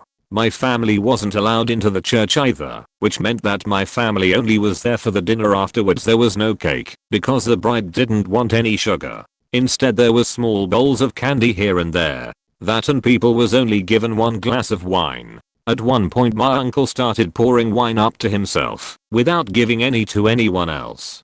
No one was introduced to anyone. My family had no idea who was the parents of the bride, nor who was her children. Then came the bride's speech to my uncle. She talked about how long they had been together and gave him a big painting with the date of their first date. My grandmother almost flipped the table. It was dated all the way back to a week before my uncle went on a romantic trip with his ex-wife. My uncle had been cheating on his ex for several months. The wedding was 2 years ago. In that time my uncle has lost contact with his 2 oldest children, and his youngest with development issues has made it clear that she doesn't like his wife. It has also gotten pretty clear that the new wife is a gold digger. She got fired as a teacher not long ago because it turned out she had been faking papers and been faking illness. Sorry for bad English. This story is kinda fuzzy, but one of my cousins, man, was getting married. It was this huge expensive put you in debt forever kinda flashy wedding. The bride was wearing a white princess outfit, and from what I remember, was kinda acting like one too, but hey, it's her wedding, you do you queen. However, I don't think the groom and the bride were on the same page, because he was drinking with the brothers, and being loud, and having a rowdy blast. The bride sits at the table and bad-mouthing him for most of the meal. Then comes the cake cutting. Now I don't know if this is tradition in general or just one in my family, because we are part trickster, but during the cake cutting we shove cake in each other's face and kiss each other on the cheek. The caveat to this is that normally it is talked about beforehand. This rowdy groom takes his slice as she grabs her cake and a fork. The bride turns to him while picking up a bite of cake and looks up to a plate of cake plunging to her face. Boom. Cake all over her face, and as the plate falls it slides all the way down the front of her dress, leaving a dark brown stain. She is frozen. He laughs, and there goes the bride. She hurtles out of the room, a streak of chocolate cake and tears, and the room remains silent except for the riotous laughter of the brothers and groom. A lady, one I can only assume is a mother-in-law, stands up and yells, "You're a giant asshole," and chases the bride down. The room dies now, and the groom stands there now, realizing things have gone south. The father of the groom goes and tells the DJ to play something. The DJ tries his best to break the tension and announces that cake will be served, but with forks and napkins. I'm not sure how they have fared, but the groom did go and smooth things over with the poor lady, but I just never thought they were a good match, and that moment kinda reaffirmed that belief. Not me, but my old boss who introduced me to my lovely wife, who is a world of difference in terms of personality. He married the cousin who lied about her age as he married her at 18. And he was 52, but they had been dating for 2 years, which isn't right even if it's in another country. The doctor. He was expecting a wife who's beautiful and cooks and cleans constantly, but she's just good looking, and a diva who thinks she's Kim Kardashian. I've never seen so many selfies taken by one person. He would go and see her, and they would fight on the first day and he would spend a week down there getting the silent treatment from her. They are constantly fighting and bickering. He brought her to the USA, and in a few months they had a kid and split up. My wife would never admit any flaws in her family out of respect and maybe I'm a little upfront as an American, but I saw this coming from a mile away, and remember before I got married me and my wife agreed we would never fight like that, and always work out our issues, and talk and not fight or name call, and we have been together 5 years now without any of that shit happening. Sometimes big differences in age can work, but this one didn't. It was clear as day. My boss made a lot of money in the concrete business and clearly bought his way to matrimony by doing things like buying cars for the family and paying for her brother's college, etc. But the constant fighting and bickering between the two, it was so clear that he was completely blinded by good looks. At one point he almost slipped up by saying he picked the wrong one in reference to my wife instead of his, which was also a little weird, but even my wife's not stupid and sees his ulterior motives. Plus in the USA he would tell me if I wanted to have a girlfriend in the States he does, and he won't rat me out. Good thing I never did, because I'm a loyal guy. Plus also, when I quit his job due to having kidney failure, he showed his true colors, and thank God I never told him anything personal about myself, because he tried every angle to take me down and nothing would work, because I'm a legit person and not fake. For example, he found out I had been smoking weed, which I told my wife and I stopped. She's very against it, and he threatened to tell her. I told him, go ahead pal, I'm not you. I actually tell my wife about my life. I don't know. I went to school for a year in a small town with cousins. I had the reputation for being a rebel and a big city girl. It was during that time a guy 2 classes ahead of me started confiding in me. We will call him W. Eventually sharing the fact that he was gay. I think he said he liked guys not girls, because I don't recall the word gay being widely used then. Despite it being the very early 70s, I did no same-sex adult in my hometown. He felt better to tell someone. All was well between us, but he was from a very conservative family and had parents who were big fish in a small town. Dad owned several businesses and mom would have bridge games at the house and sing an aria to her guests. Very hoity-toity and kind of a joke anywhere but this small town point. He graduated that spring and I moved back to the city. I was a bit of a bad girl and a couple of years later I proved it. Pregnant in high school. My now ex-husband was in as, but his family was excellent and accepting. It was a wedding in the judge's office with no guests. Then one Saturday my ex wanted to go visit his grandma. She was a fantastic woman and I happily went with him. Imagine my surprise when I walked into the parlor and saw W cozied up on the couch next to my ex's cousin. The color drained out of his face. They were in the final phase of wedding planning. Color me confused. We eventually left after I'd failed to get him alone to speak to him. He did say, you look familiar, and I played along with, where do you go to school? Keep in mind there were only about 75 people in each class. I was new to the whole family and still a little stunned. I replied he looked familiar too. I sought him out and asked him if something had changed. No, nothing had changed, he said, but his family made it impossible to do anything but marry a woman. My husband's cousin was grateful as she'd had no prospects and never even had a date in high school. I asked if she knew. She did not. We talked for some time and he was unmoved. He was going through with it. I spoke to my husband and we decided it wasn't my place to tell anyone.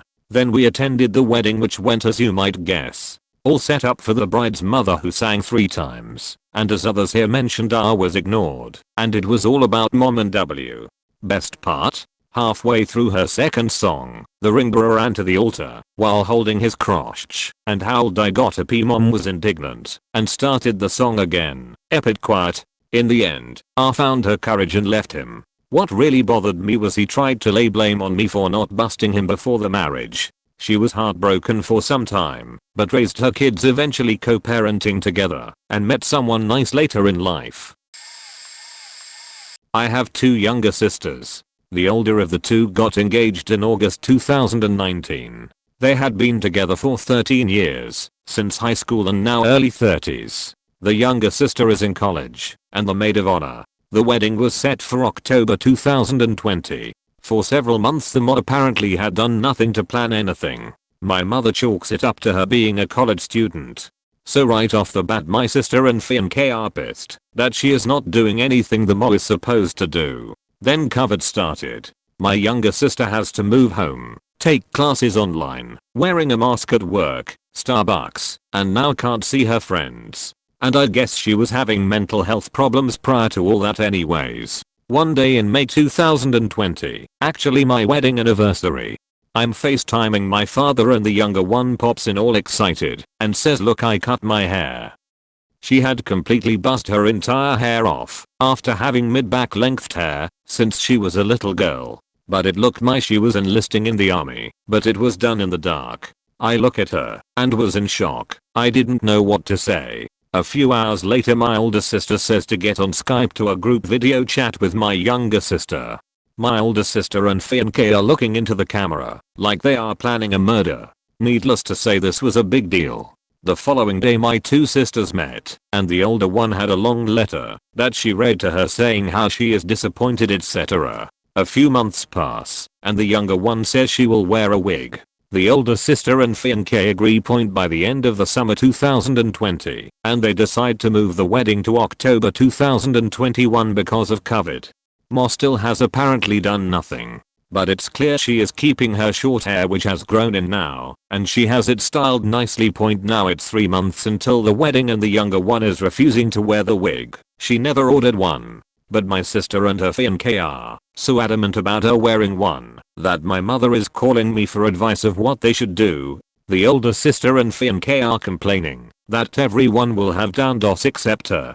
There's way more to it than that, like the younger one always gets away with stuff without thinking of the consequences, while my mom says the younger one is not feeling loved for her being her. These events have caused a whole rift in the family dynamic. My wife and I have nicknamed it Haircut Scandal. My younger sister and the Fiancé used to have a great relationship, like getting funny or meaningful gifts for Christmas. Now it's awkward at best.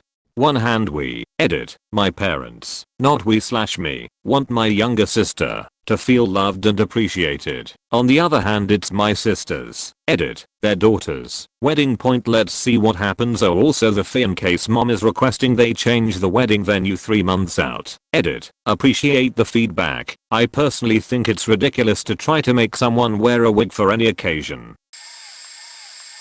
It was a series of moments, really. First, she called off the wedding for a little over a week, about 2 weeks before the wedding, which led to a scramble when she called it back on 4 days before the date. The night before, she honestly looked like she wanted to cry, so we kept checking on her the day if she looked like she was bracing for war the entire time we got ready, just looking positively grim.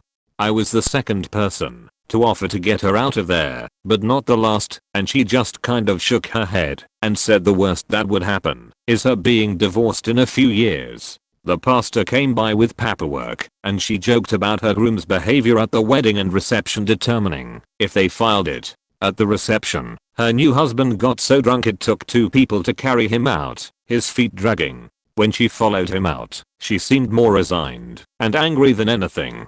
They separated after 9 months, but haven't gone through with finalizing the split. He still comes to family functions because he wants to work it out, but he's not willing to change. He's a know-it-all, an alcoholic, and a misogynist, and she's confrontational, stubborn, and bad about hitting below the belt when arguing, and she lets him come with her because she's just putting on a show for his and our parents' benefit until bad stuff stops happening in his personal life because she wants him to be in a good enough place not to off himself. When she does file the paperwork point the whole thing is messed up.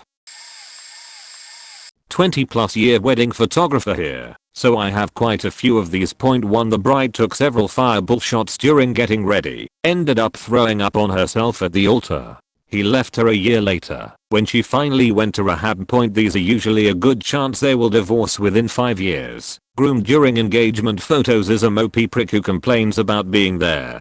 Bride shuts down every suggestion groom makes. because it's her day smashing the cake in the other's face. Groom gave a bride a bloody nose once, and she left the reception and filed for an annulment when they ask for a payment extension or try and lower their package last minimum because they financially overextended themselves. Overbearing mother-in-law's the one that I was sure about, but they are still together a decade later.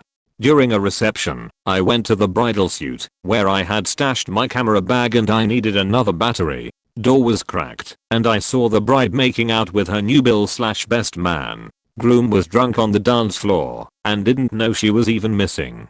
It was pretty clear this wasn't a once-time thing. I snapped a photo with my cell and sent to my husband's second photo sheet and left the doorway. They never knew I was there. They are still together with a handful of kids in tow. Every time they post a photo with Uncle Ronnie, it makes me wonder. During my time in the army, I was on duty covering midnight to 4 AM, so the duty deckhand could get some sleep. As engineers we had to stay awake for the full 24, but got the next day off. The deckhands weren't so lucky. About 1 AM I answer a phone call from a hysterical woman, shouting down the phone, asking is faking Bobby there, not his real name. As it happened I knew Bobby was away on leave to get married, but quite a few of the guys had friendships with multiple members of the opposite sex. So it wasn't entirely an unusual occurrence for an inebriated and irate female to phone the boat asking for an individual. When we were in Port Point I replied very civilly, I'm sorry, but Bobby is on leave. I believe he's getting married this week, to which the young lady screeched, I know. This is his faking wife. Apparently Bobby had got into a fight with his new brother-in-law and promptly left the reception. The wedding was in Scotland. The boat was docked in Southampton, about 450 miles away. What made her think he could have traveled that in less than 2 hours I have no idea, other than excessive alcohol consumption can warp space and time of course. When I woke up next day after a good solid 8, Bobby was indeed back on the boat. I never got the full details. I doubt anyone present was sober enough to even remember the details themselves, and although they patched up, given the volatile nature of both of them, I suspect it didn't last, although I kind of hope it did. I also served with another guy who divorced and remarried the same woman 3 times. Last I heard they were still together despite all expectations. A buddy of mine got married right after high school. I mean, the week after. He was getting married to a girl from the next town over whom we never met. The wedding was a nice small affair of maybe 30 people, with my best friend and I being the only friends of the groom. The only other person on his side of the aisle was his mother, who had been battling cancer for a few months. So after the wedding they invited a few of us over to their new house for an after party. That in itself seemed odd, but I was clumsily flirting with the bride's cousin, so I accepted. A couple of hours later, the bride was sloppy drunk and being verbally abusive. Nothing super crazy, but just mean girl talk. The groom was trying to calm her down, and the guests all started to leave. She got mad that everyone was leaving, and while chasing her cousin down she tripped into and completely destroyed their fish tank. She berated her new husband for the accident and slapped him repeatedly. He was nowhere near the incident when it happened. Knew then and there it wasn't going to last long. It lasted about a year, with most of it being unhappily cohabitating, until they could each make it on their own. The heartbreaking part of this is that his mother passed away the month after the wedding. I always felt like he was trying to make his mother happy and show her that he was going to be okay when she was gone. Groom made the bride cry 12 times that day before the ceremony, at the dance, after the dance had failed, because he can't dance, and got angry, and lost a debit card that had all the money they had on it. Just the tip of the iceberg of what I dealt with that day. The groom had told me he didn't wanna get married like 8 times the day before, and if my family member, who's like a brother to me, who's grown up traumatized with anger tantrums and failed to get help, said the dance didn't matter, and since she failed to rent a car for the honeymoon, threatened 3 times to cancel the wedding, to which I talked him out of. Since they didn't get the car, the father of the bride said they could take his car, to which the groom firmly said no, because he wouldn't be caught dead in a boxcar, but it was a new car with AX/woofy/whole shebang. He left her to do literally everything for the wedding, every detail. Both have cheated on each other and neither has admitted to it to each other, and neither know. I only know because I had a relationship built on trust with the bride's family, even dated the bride's half-sister before the marriage. Also, after helping him understand morality, he was a thief, like robbed over 100 houses. I was always a righteous kid growing up despite the neighborhood I was raised in. I always tried to steer him in the right direction despite being younger by 4 years. He made some guy he had just met his best man over me because he had money to cover strip dances and coke the night of the bachelor's party, which ended up getting ruined by his half-brother who molested the bride's half-sister years ago. Same person I had a relationship with. Also, the bachelor's was done the night before the wedding and everyone was coked out until 9 AM when the wedding was at 1 PM. No rehearsal also. Funny thing is, the best man is a dealer and I had more money than him, but didn't tell the groom. Since he told me why I wasn't best man despite him telling me I was the closest thing he had to family, somehow they are still together despite him being emotionally abusive and her yelling all the time. 2 kids. Totally agreed they only married because of the kids. I have no idea how the marriage is still working, considering I had to be a therapist to both of them the entire time they've been together, since I can civilly handle emotions, and I'm good at compromises. Not the wedding, but 3 days prior, knew a very wealthy businessman. His wife and daughter were the family CPAs at their businesses. Daughter dated this guy for 6 months, business degree, got engaged. Honestly, not that impressed with him. Ever see someone try too hard? Like that.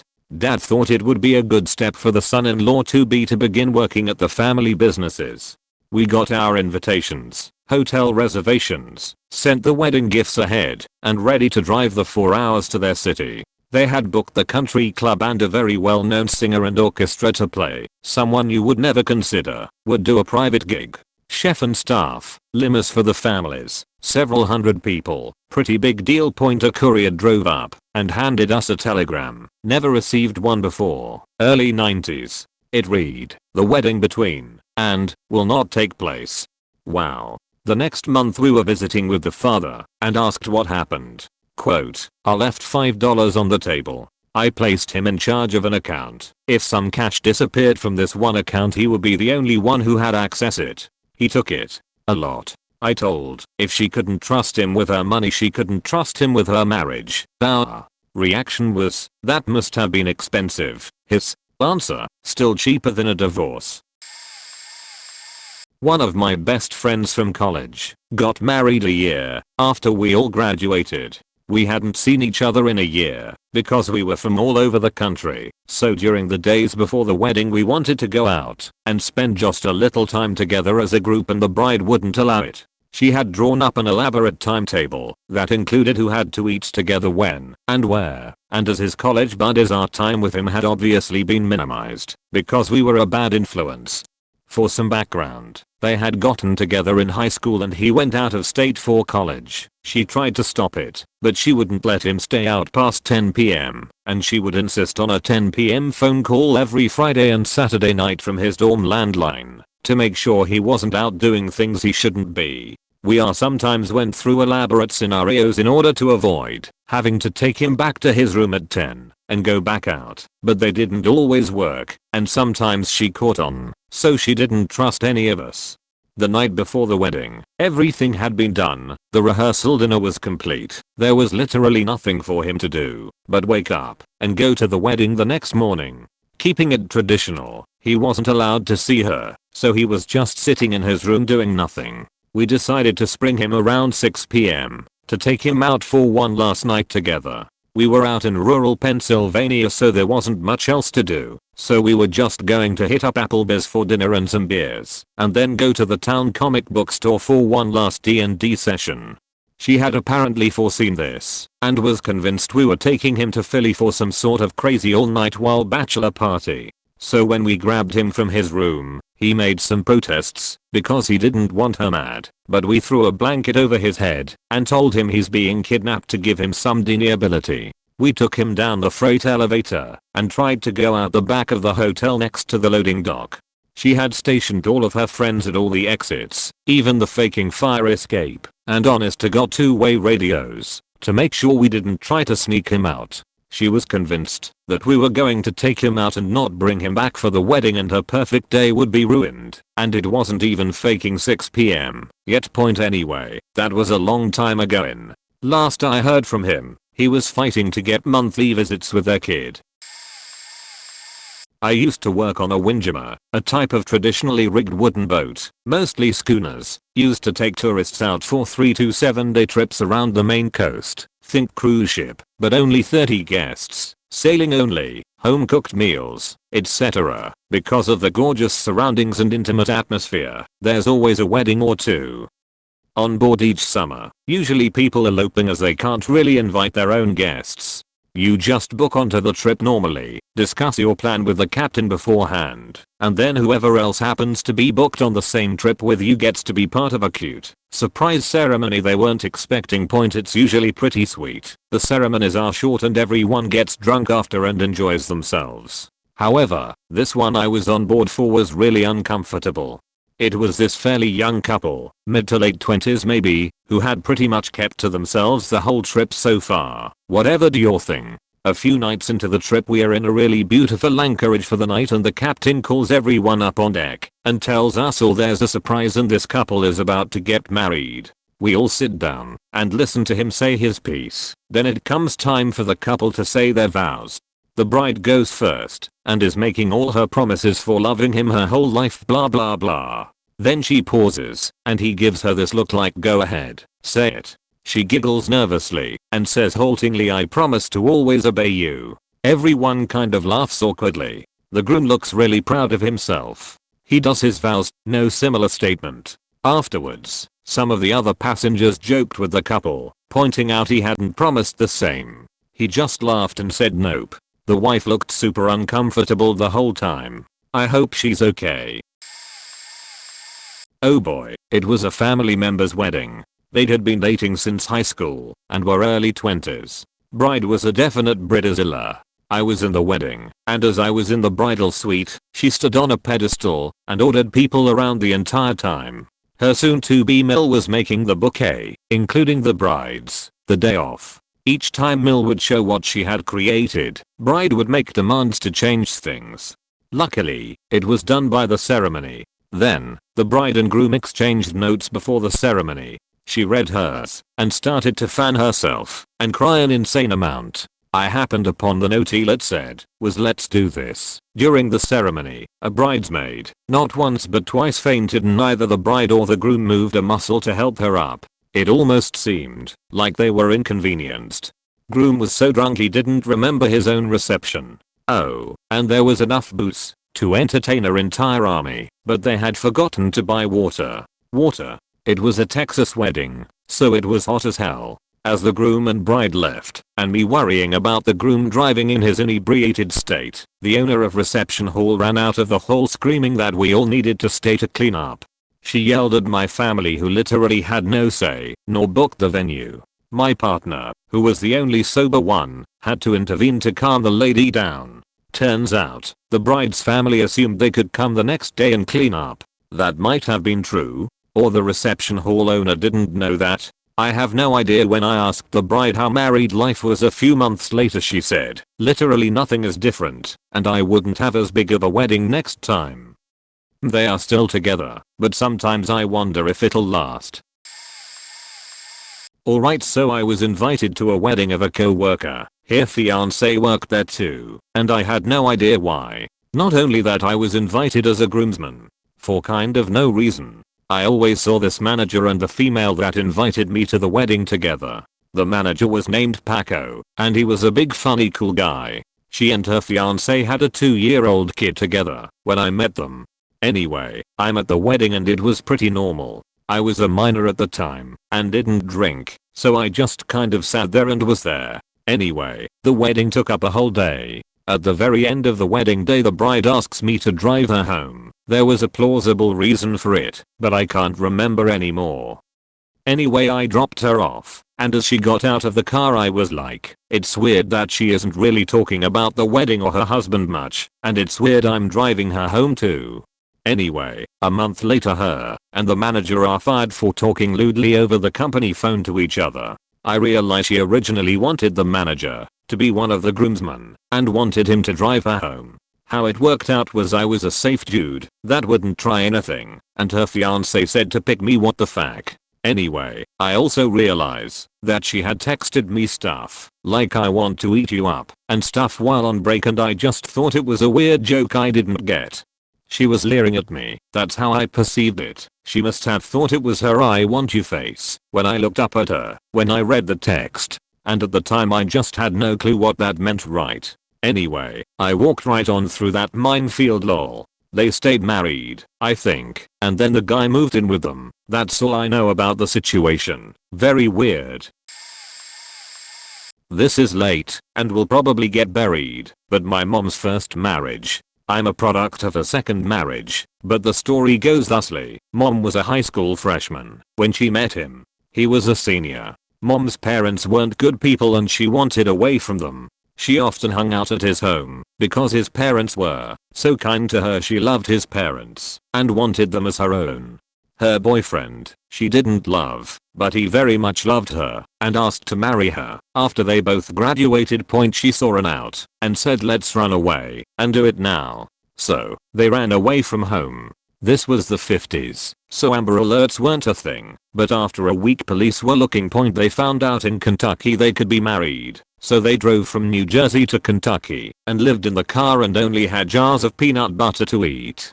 Somehow, after lots of people refusing to marry them, they found an ordained minister who lived in an old trailer park. They were apparently married in his trailer with his wife and children as witnesses. The wife even said something to my mom about not being able to run from your problems. Clearly, that lady knew what was up. Eventually hunger got the best of them, and they went home. They made it almost 10 years. I remember this girl in my dorm, really nice person, and she discovered Ike back when the internet was starting to develop. Somehow she met some guy in Chicago, and for whatever reason they ended up getting together. My second quarter starts, and I change rooms to live downstairs. Suddenly, I notice this really odd guy living in the kitchen storage. Come to find out it was this girl's boyfriend she met on Ike.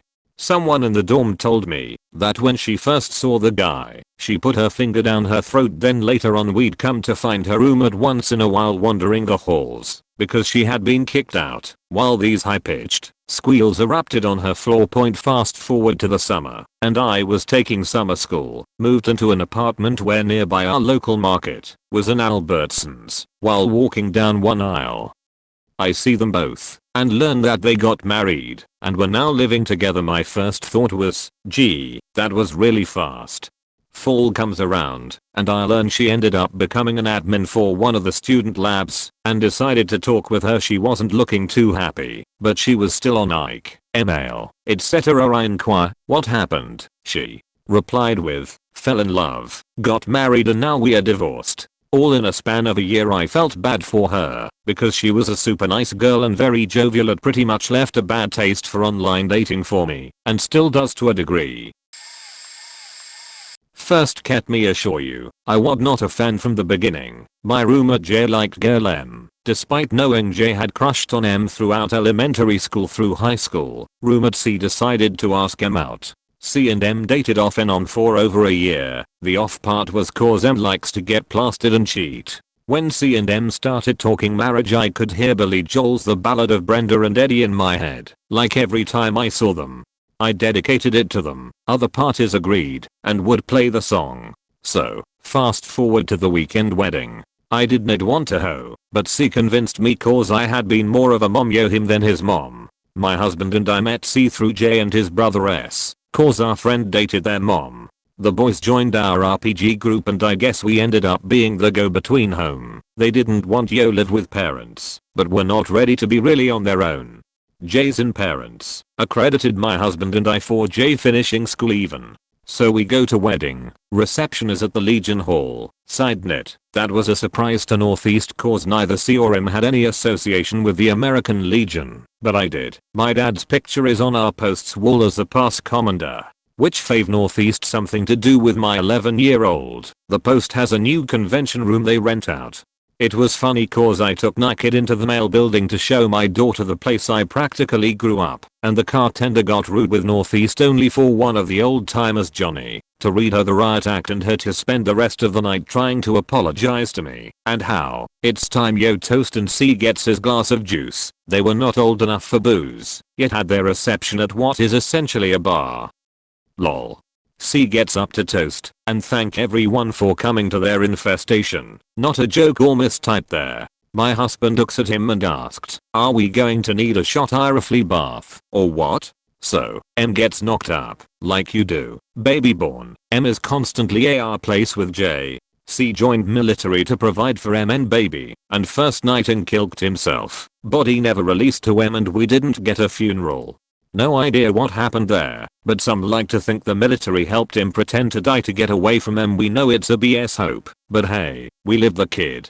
M ended up married to J who adored the baby. J and M also had a baby and J lived, being a husband and dad.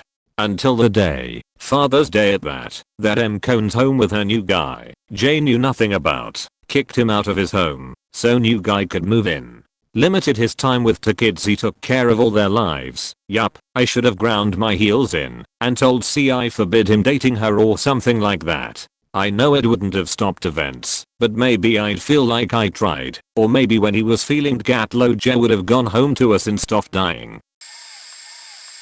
About 2 months ago I attended a cousin's wedding on a whim. I hadn't seen that side of the family since I was a kid, so I figured I may as well fly over to go meet them now as an adult. Cousin was pretty cool and his now wife was his childhood friend whom he dated for something like 13 years I guess.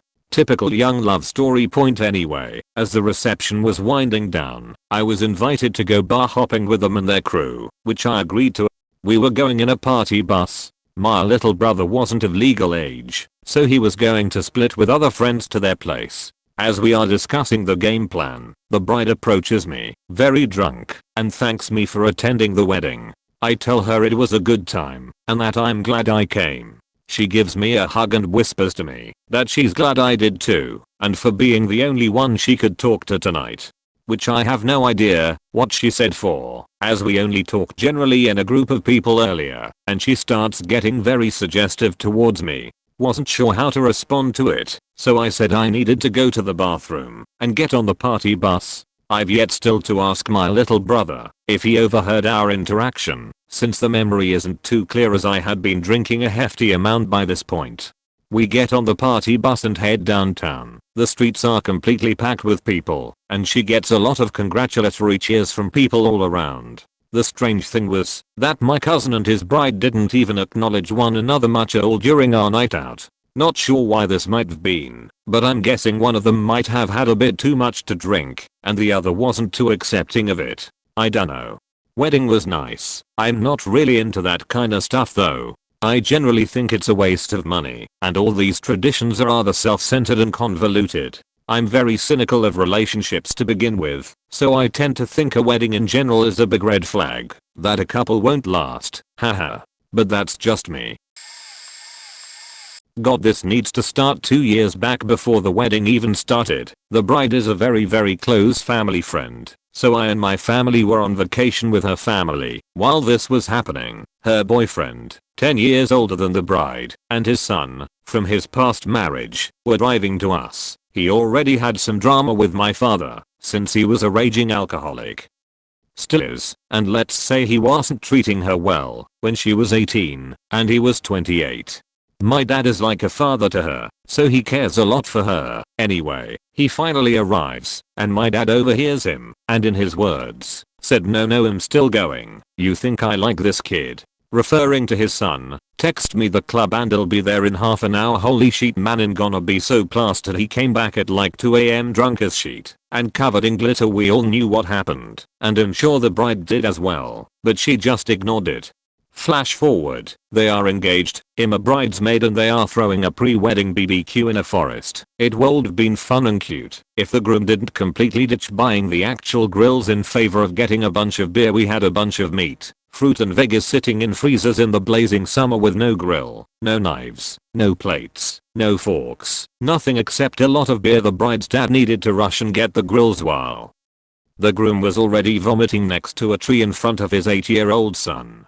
We managed to still have fun, but the gossip was already happening and people started taking bets on how long the marriage would last. A day later the wedding is happening. The vows were fine, not much happened, except the groom being late. Now, if I said everything that happened at that party I'd be here the whole day, so I'll just say some highlights. The bride's best friend pretended to have cold ice on my dad and the groom's family. The bride and groom were fighting badly behind the porta potty. A cook at the wedding started accusing the groom of groping her and telling her to meet him later. A baby was left in the middle of the road by I believe the groom's cousin. Then the bride comes and saves the baby from an incoming car, to which the baby's mother comes out of the car and started punching the bride. Groom was passing out at the bar. Groom was just being handed alcohol by his friends and ended up vomiting on the bride. Groom passed out in the middle of the first dance and ended up swearing at the bride. The groom hates my family, so he was the one who scheduled the wedding on my day, so I needed to cancel everything. The bride was crying after the wedding, and last but not least, it was revealed the groom was hooking up with a 19-year-old in the back of his friend's car. I'm sad to say they are currently together and just had their first kid, but the bride is super depressed and barely talks anymore. A close friend of mine. I never liked his girlfriend. There was just something off about her, like she was a little kid in an adult body, dumb as a rock, and didn't have the looks to be that dull and zero work ethic. She was unfortunate looking to be nice. They dated for 4 months and got engaged, but I never once said I didn't like her cause she never did anything wrong. Our personalities just didn't match up, and she didn't seem right for him, but yeah, know what, she made him happy and that is what mattered. I was always friendly to her, but kinda tried to hang out with him and the guys without her. Now unknown to me, for years he had feelings for me and it never would have led to anything again. Our personalities just didn't align for a relationship. I was just the only female in his life, so he developed feelings for me. So they get married about 1.5 years after the engagement, and she comes from an extremely well-off family. Her father had a $4 million house on the beach. It was lovely, I loved that house. The wedding day, she is in a $10,000 wedding dress, with an easily $100,000 wedding. Incredible venue, a 6-tier cake with 250 guests. I would say it was the nicest wedding I have ever been to, and had so much fun. In her wedding dress she is accusing her now husband of still having feelings for me. When he told me I felt so bad for him, and it didn't surprise me in the least. They were married 5 years, and he is now engaged to a wonderful girl who suits him perfectly, and expecting a son. Well, I ran into the ex-wife, and made sure to tell her how happy my friend is. I'm very conflicted about this, because I actually hate my brother. So I'm not sure if I'm hoping for divorce or a long, loveless, and stressful marriage. The happiest day of my life was when I heard that he was adamant about not having children. Praise be to the Lord. But then his wife got pregnant and now I'm an uncle, although I'll probably never actually meet the kid. I hope that kid can escape someday. I attended his wedding back in like 2016, which was the last time we ever spoke. I've been in the same room with him once or twice since then, but we make a concerted effort to avoid each other. We have always hated each other, and tbh I don't even know why I was invited to his wedding, or why I went. Anyway, despite the fact I wouldn't shed a single tear if he died, I promised myself to screw in my Miss America smile for the duration of the event, to be helpful in setting up the reception, to help with cleaning. I worked the bar for a little bit, did coat check, I cried 3 times, all fake, but very convincing, during the service. I get an A++ for my behavior, and I made a pact with the devil to not get loose lips Linda once I got buzzed and start talking shit, but boy did they try. 3 or 4 times during the night his new wife approached me, completely wasted. She was like 95 pounds soaking wet, was on a handful of anxiety meds and just smashing the wine. And would start crying and ask me why I don't talk to my brother. I just smiled and shrugged and said I dunno, and asked her if she needed me to help her with anything. Changed the subject super quick. By the end of the night her bridesmaids were fighting over who got to hold her hair while she prayed to the porcelain goddess. There was broken glass and spilled drinks all around the bridal parties section, and my brother and his boys were like just being standoffish and boring. No one was smiling. My poor mother was crying in the corner because my Sil's family are all millionaires and we grew up other side of the tracks. So I think he was a bit embarrassed of us and kept us in the back, only 5 people from his side of the family and 95 from hers. It was just the fact that this faking woman was trying to get me to talk shit about my brother to her at his own wedding. I'd also heard she got caught texting her ex-boyfriends and was seen making out with another dude shortly before they got engaged, which is probably what spurred the rush to the altar. I hate my bro, but there are lines you don't cross, and I would not be held responsible. The wedding sucked. I had a lot of fun, but I'm smelling a divorce in their future any day now. I hear they are both in therapy and counseling, and I mostly just feel bad for their new kid. I was at this wedding for my uncle's in around 2006. I thought it was odd when it was set in this old wooden house and there were professional film cameras there. Anyway, I put that aside. So we went in, and the people in there looked really weird. They had crazy makeup on and some of the women had beards. No discrimination, but in 2006 as a 9-year-old kid, this freaked me out. The ceremony started, and both the bride and groom started their vows. This is where the crazy thing happened. Shortly after the vows, this crazy guy stormed through the door, wearing a red trench coat and a black tuffet, singing "I Chime In With Her." Then this crazy tall guy whose legs were at least the size of 3 of me came through one of the doors. It was mental. A while after, since the guy was still singing, the wedding ceremony was obviously put on hold. Our family was somewhat poor, so we couldn't afford security. Anyway, this other guy blew some kind of glitter which woke a lot of the guests up. Then everyone started dancing. It was bloody mental. Sometime after, the bride ran out, and this guy followed her. I saw the red trench coat guy talking to my uncle, and he went past me dragging my uncle outside. The man in red looked angry, so I followed. When we got outside, dude, the bride was snogging this random guy. Like, what the fuck? Anyway, we all went on the lawn and the guy in red got swapped with my uncle. I don't know how, but it was magical. We all went, and there were people breathing fire and stuff. TBH, in the end, bangin' wedding, I'd say 10/10. My husband's best friend, female, got married after 3 or 4 months dating. We really didn't know the fiancé/groom very well but had known her for most of her life. Both my husband and I got strange vibes from him. I distinctly remember, after meeting him at their engagement party, mentioning I was worried for her. At the wedding, during their vows, I whispered to my husband they wouldn't last 3 years together. He just shook his head at me and tutted. I have no idea what possessed me to say this, but I swear something about this man had wrong stamped all over him. A year and a half later, after they got married, their relationship seemed on the rocks due to going through unexplained infertility. She was 36, he was 35 when they got married. They then started the process of adopting a child. Every time I met him, alarm bells go off.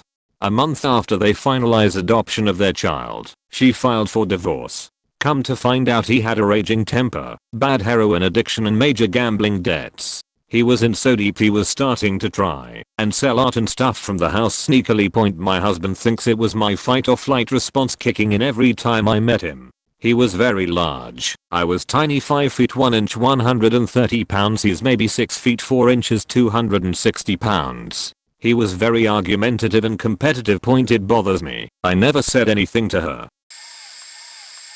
It was a beautiful wedding with a great dinner and party, but also a closeted she chow. This was a wedding of my mom's friends.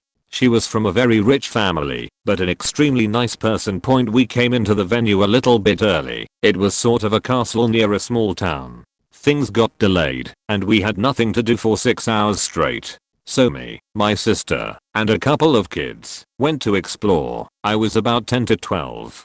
We rode a horse carriage. We played table football. Meanwhile, the guests started arriving. Later on, when I got dressed and went to talk to people, all people were doing was comparing the teeth of the groom and the bride. What? Then we found out that they got dressed in the same room for the ceremony. In my country, that means bad luck. Then, the ceremony started. The hall was filled to brim with people, and the venue didn't bring enough chairs. Someone fainted. After it was done, they gave us, the kids, a bunch of presents, and we went to play. After a few hours, we just said fuck it, and went to play table football again. The nearby bar closed, so our two cousins grabbed a few beers from the reception and we went to the gatekeeper's booth to watch movies with him. There was like 6 kids watching that one movie with Leslie Nielsen with that stripper, and Saw 2. Right in the part when the big dude got his throat sliced at the end of the movie, our mom stormed in, screaming, and sent us to sleep. We left a tad bit late. Apparently, a lot happened when we left the party, most of which was a total train wreck. Fireworks exploding prematurely, someone getting drunk and throwing up all over the table, and so on. A few years later, they got divorced. She kept their son, he went on to have a kid with his classmate from elementary, and she got really invested into spiritualist bullshit. I was a bridesmaid in this wedding. The other bridesmaids and I shared a hotel, and the night before the wedding, and we all agreed that despite the significant amount of money we had spent to be part of this wedding, we were right out of college and travel, hotels, rental cars, dress, shoes, hair, etc. were very expensive for all of us. We would happily help her run from the wedding if she changed her mind. We even had a plan to have one of the cars parked where we could get out of the parking lot quickly and make a run for it. That's not the attitude your bridesmaids should have at your wedding. The bride and groom couldn't agree on wedding colors, so they each did their own thing, and the wedding part looked like we were in 2 separate weddings. Bridesmaids wore bright blue skirts and flip-flops. Groomsmen wore full suits and gold ties. Groom disappeared for several days before the wedding. Not even his family or groomsmen knew where he was. Showed up for the rehearsal either drunk or hungover, and pouted through the whole thing. The account broke at the church the day before the wedding, which was in Texas, in June. The cake melted and fell over. They were married and living together for maybe 2 years. Then his abuse got bad enough that she moved out, and they got divorced a year or 2 later. Her family was super strict Southern Baptist and raised her to believe that being divorced was the worst thing a woman could be. Her parents finally convinced her that being divorced was better than being dead. My mom passed away, and to deal with the pain my dad tried to go find someone to fill the void. 4 years passed, including 1 year of rehab, of off and on dating with a bunch of people. He finally found this woman he met in rehab. Obviously that's a horrible sign, as if one person relapses they both have a high possibility to do it together. Not to mention this woman is only 22, while my dad is late 30s. To be fair, she looked older and my dad looked younger, but she also lied about her age, saying she was late 20s. Well, after 2 months of dating they decide to get married. My girlfriend and I were almost 4 years into our relationship and still weren't planning on getting married, and for good reason, since 2 years later we broke up, but we supported them thinking it may be fit. Things between them were going fairly well, but I did not like this girl he was dating one bit. She tried to make me call her mom and treat her like my birth mother, even though I was grown and only 4 years younger than her. That was a big issue for me, so I told her that I will not accept her in my family. I also refused to go to the wedding because I feared it wouldn't last. That may have been very rude, but I didn't want to put myself through that trouble if I had this gut feeling that it was going to flop. Well, 6 months later they are married and in their own home, when suddenly she pulls the "I'm too young for this" and grabs all her stuff and leaves.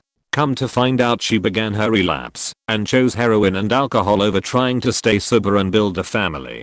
Today my dad still suffers with alcohol and has a new wife, 8 states away from me with a new daughter. I hope this one works out, but I'm not sure if it will. TLDR, don't date people you meet in rehab, especially if it's solely to fill in from someone you lost. My old buddy Rick in his mid-30s met a girl of 21 with a toddler.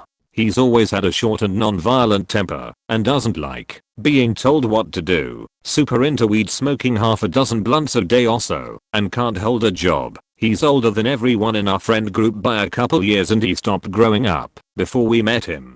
After a few months of them dating, I finally get to meet her while at a dinner, learn about her early in life pregnancy and her estrangement and disapproval from her father.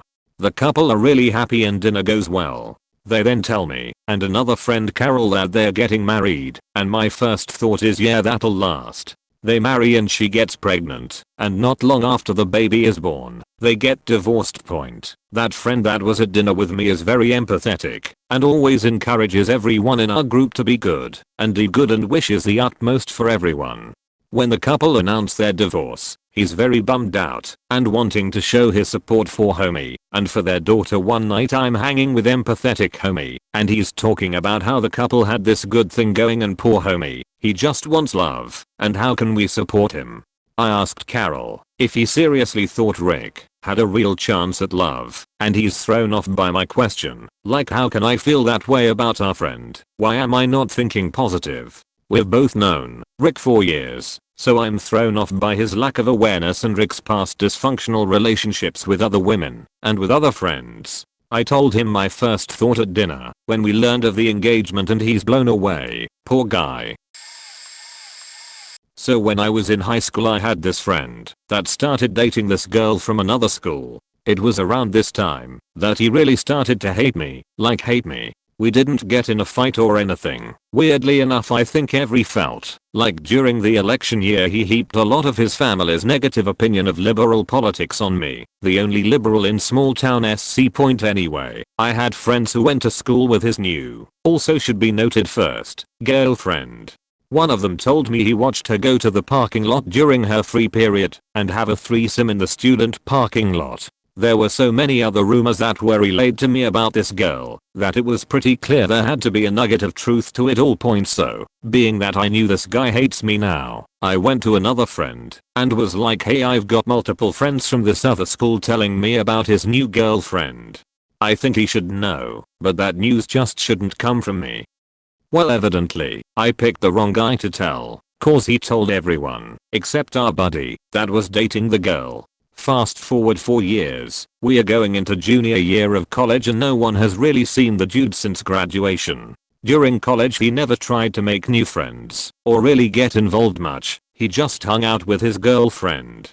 Well, of course, they get engaged, he invites everyone except me to the wedding, but only like 4 people from our high school group have seen the dude in years, so no one ends up going. The dude I initially told the rumor to was asked to be in the wedding party, and when I asked if he was gonna do it he said, I haven't seen that dude in 4 years, we're not even friends. Also, he still doesn't know Fianke was cheating on him in high school.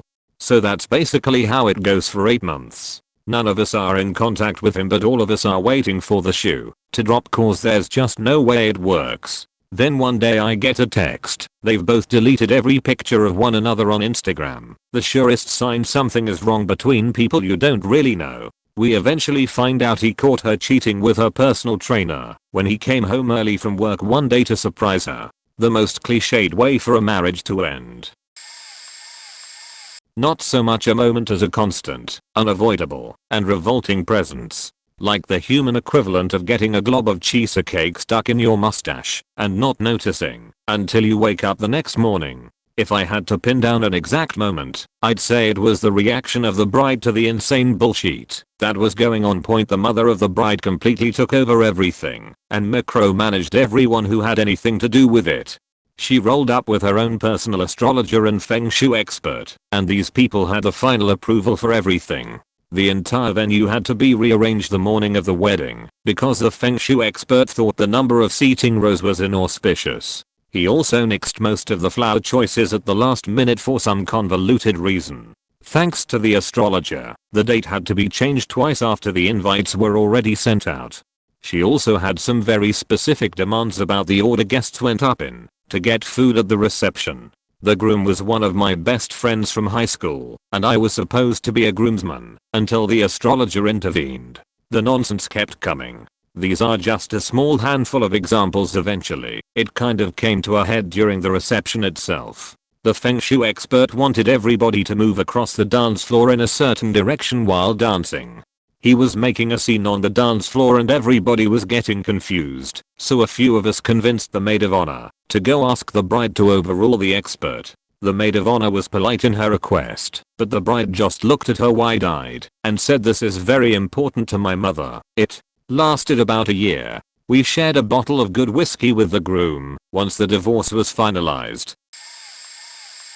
I was the maid of honor at my best friend's wedding of about 200 ppl. Her and her fiancé had been together for about 4 years and engaged too. Long story short, after the ceremony, which was beautiful and uneventful, they were taking family photos, and during the groom's family photos, the groom's somewhat estranged half-sister said something horribly offensive about the bride, which was not directly heard by groom, but was heard by the bride, and became a he said she said thing, and the groom sided with his sister in the ensuing arguments. I don't remember all the details, but he basically sided that his sister never said the offensive thing. Bride, my friend, was sensitive and was highly emotional due to stress of wedding, and could not forgive it. Thus led to entire groom's side of the family boycotting the reception and instead congregating in the gravel parking lot down the hill from the reception hall. Bride cried through all her portrait photos, and we kept having to console her. Groom walked back his support of his sister, and ended up getting so mad he wanted to set things right by physically duking it out with his sister's husband, for some reason, which led to a lot of arguing and fighting. All the groomsmen sided with the groom's sister, so that didn't help. I had to literally march over to the groom and his family in the gravel parking lot, after about 2 hours, because people were hungry, and waiting for the groom's wedding party, to make their entrance to eat. I had to actually admit them that this day wasn't about them and demand they return to the wedding so everyone could eat and continue on with the night. Had to go find the bride multiple times as she was in tears in various locations. I kept apologizing to the photographer as she was really put in the middle of B&G throughout that whole thing, and kinda ended up consoling one or the other the whole evening instead of taking photos. One of the uncles tried to have a come to Jesus meeting with the groom's family to convince them to come back to the wedding, which ended with uncle in tears and nothing resolved. It just goes to show how immature and petty groom's family was, which I didn't know beforehand. I also thought it was so odd that the groom wouldn't side with his own wife on an issue, especially on their wedding day. This coupled with husband's existing financial issues, the wife paid for wedding 90% on her own with cash savings. Groom had no savings and went into debt for engagement ring and lack of communication receptiveness on things like having children. One extremely for, one extremely against biological kids. Their marriage lasted about a month until they separated and got a divorce. My sisters found out the groom was a somewhat functioning heroin addict a few months before the ceremony, a couple stints in rehab, and she still thought it was a good idea to go through with it. We wanted to support her decision, but we all privately thought that should postpone at best. His whole family were, still are, pretty devout Mormons and my family are not, so there was zero mingling. His family sat among themselves quietly the entire time. They barely seemed to talk. My sister has tattoos that the groom didn't care about, but his family would have made a stink about it. They knew, so she wore a lot of makeup to cover them up. Red flag, which worked for a while, but didn't hold up for the entire ceremony. So his mom found out and left crying. Well, turns out heroin is really hard to kick, and he relapsed several times. Then he trashed their apartment in a jealous rage because he kept accusing her of cheating on him because she worked with a bunch of dudes. This whole mess was finally enough to convince her to file for divorce. Somewhat happy ending though. She's now in a much healthier relationship and never wants to be married again, which her current partner agrees with. He went back to rehab and last time I checked, works as a counselor/sponsor for recovering addicts. Serious commitments are probably a bad idea for an addict in recovery, or just in general. There was an accident the night before the wedding. My mother and her groom-to-be were great friends. Their relationship had been a little shaky and on and off over the years, but they both seemed to want to settle down. I wasn't a huge fan of the idea, but my mum said she was happy, so I wanted to support her. The night before their wedding they got a bit tipsy and went to play badminton with some of their friends from their badminton club. I was at their house, home from uni for the summer, with one of his daughters and a friend who were staying the night in preparation for the big day. We had ourselves some drinks, expected them to be back early evening, however they never showed up. So we just kept drinking, and then the message came that my mum was in the hospital. She'd taken a direct hit to her eye from a shuttlecock. Yikes. And not from him. They were playing doubles on the same team. We were stunned, but assured she was okay and being well looked after, and so went to bed.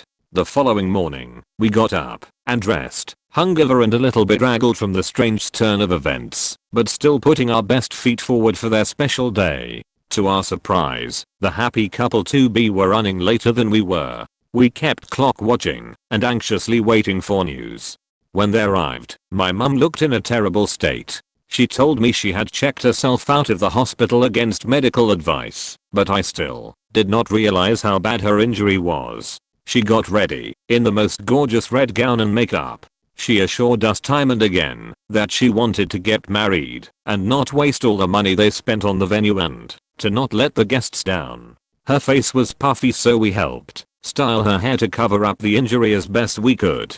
The ceremony was, well, awkward. My mum was woozy and struggled throughout. She then left the reception early while he danced the night away. Us kids got a taxi back to the house. Still blissfully unaware of how unwell she was, I had to return to uni in a different town the following day and only realized how severe the accident had been after I was out of town. Her pupil had ruptured from the force. She spent the first 6 months of that marriage half blind and relearning how to do simple tasks such as cutting a tomato in half. He was miserable too. It's not the picture of bliss they had imagined. Point in hindsight, I think they should have called off the wedding. None of us would have been offended if they did. Even more so if we knew how badly she was injured. And I have to wonder why he went along with it all. I mean, isn't that a clear sign from the universe to call it off? They did stay married for several years, but the only thing that ran smooth after that was the scotch. The divorce wasn't overly bitter, but I think the loss of friendship with this person was hard on my mum. Sadly, he passed away a few years after their split at quite a young age, 50s, and I know that hit her hard. Point, she still has a broken back. Bowie pupil. It's permanently dilated, so she is meant to wear sunglasses outside or use a thick contact lens to protect the remaining sight in that eye. She tells me that it's like looking through a kaleidoscope. She constantly has swirls and patterns and flashes of light in that eye. She says that every optician she has been to is utterly fascinated by it because it's a rare thing to see in their profession, and that after many years she has adjusted to ignore the odd visuals. So I guess if life smacks you hard in the eyeball the night before your wedding, maybe don't get married. Well, a former good friend, I since ended the 10 years long friendship, beached about his bride-to-be for weeks and weeks before the actual wedding. How she was controlling, no fun. He didn't want to have sex with her, she wants kids, he doesn't, all up to about a week before the wedding, where I was to be his best man. Till that day, I had met her once, and didn't like her at all. Not for the same reasons as him, but I could see why he would be unhappy with her. I think everyone could see this not going anywhere from a mile away. Even on the day of the wedding, her family jokingly told the groom, "Well, last chance, do you want to get out?" And of course the idiot didn't say anything. Point, the official at the registry had a little speech about the bride and groom prepared, but, well, he didn't get the name of the groom right.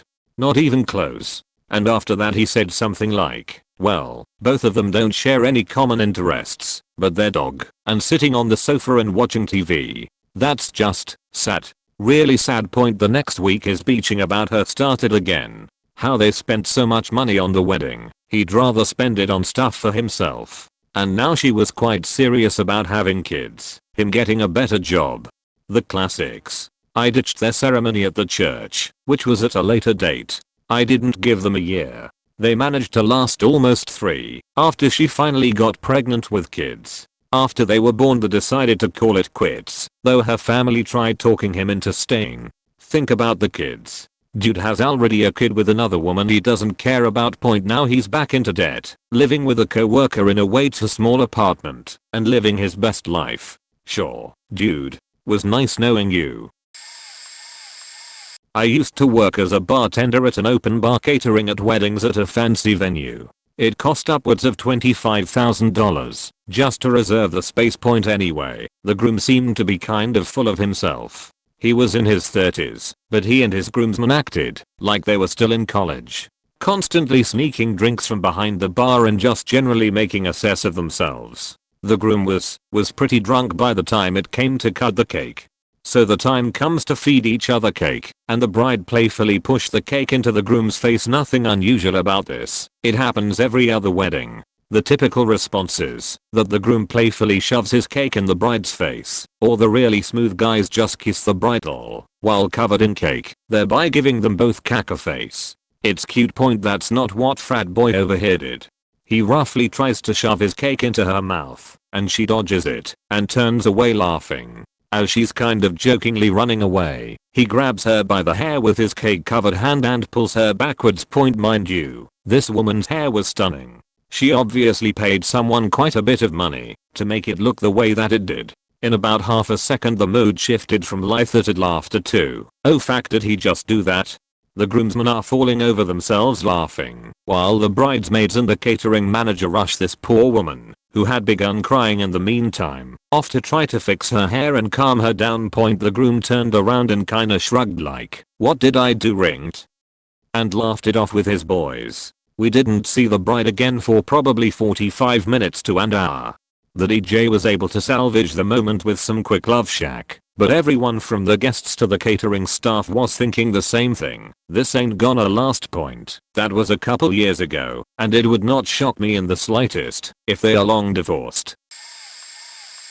A work colleague of mine asked if I could photograph her friend's wedding, so I figured why not. I met with her friend and her soon-to-be husband at the venue to get some details of what they wanted. The venue was a tropic-themed restaurant/bar/concert venue that had a banquet area in the back for weddings. The couple seemed to be very much in love and were joking, laughing, all that good stuff. It's also worth noting at this point that my colleague's friend was 49 at the time, never been married, and with no kids. Her fiancé was in his early 50s, had 2 kids, and this was going to be his 3rd marriage. He was a doctor and very well off. But hey, who am I to judge? Anyways, the wedding day comes around, and I'm at the park waiting for them to take some couple/family shots before the ceremony kicked off. They arrived 20 minutes late, the groom in a shitty mood because the bride ran late getting ready. He was also annoyed his preteen sons couldn't properly situate their neckties, so he yanked them both aside once they were out of the car to yell at them and tie their ties. I figured, hey, I get it, nerves, late timing, it's all good.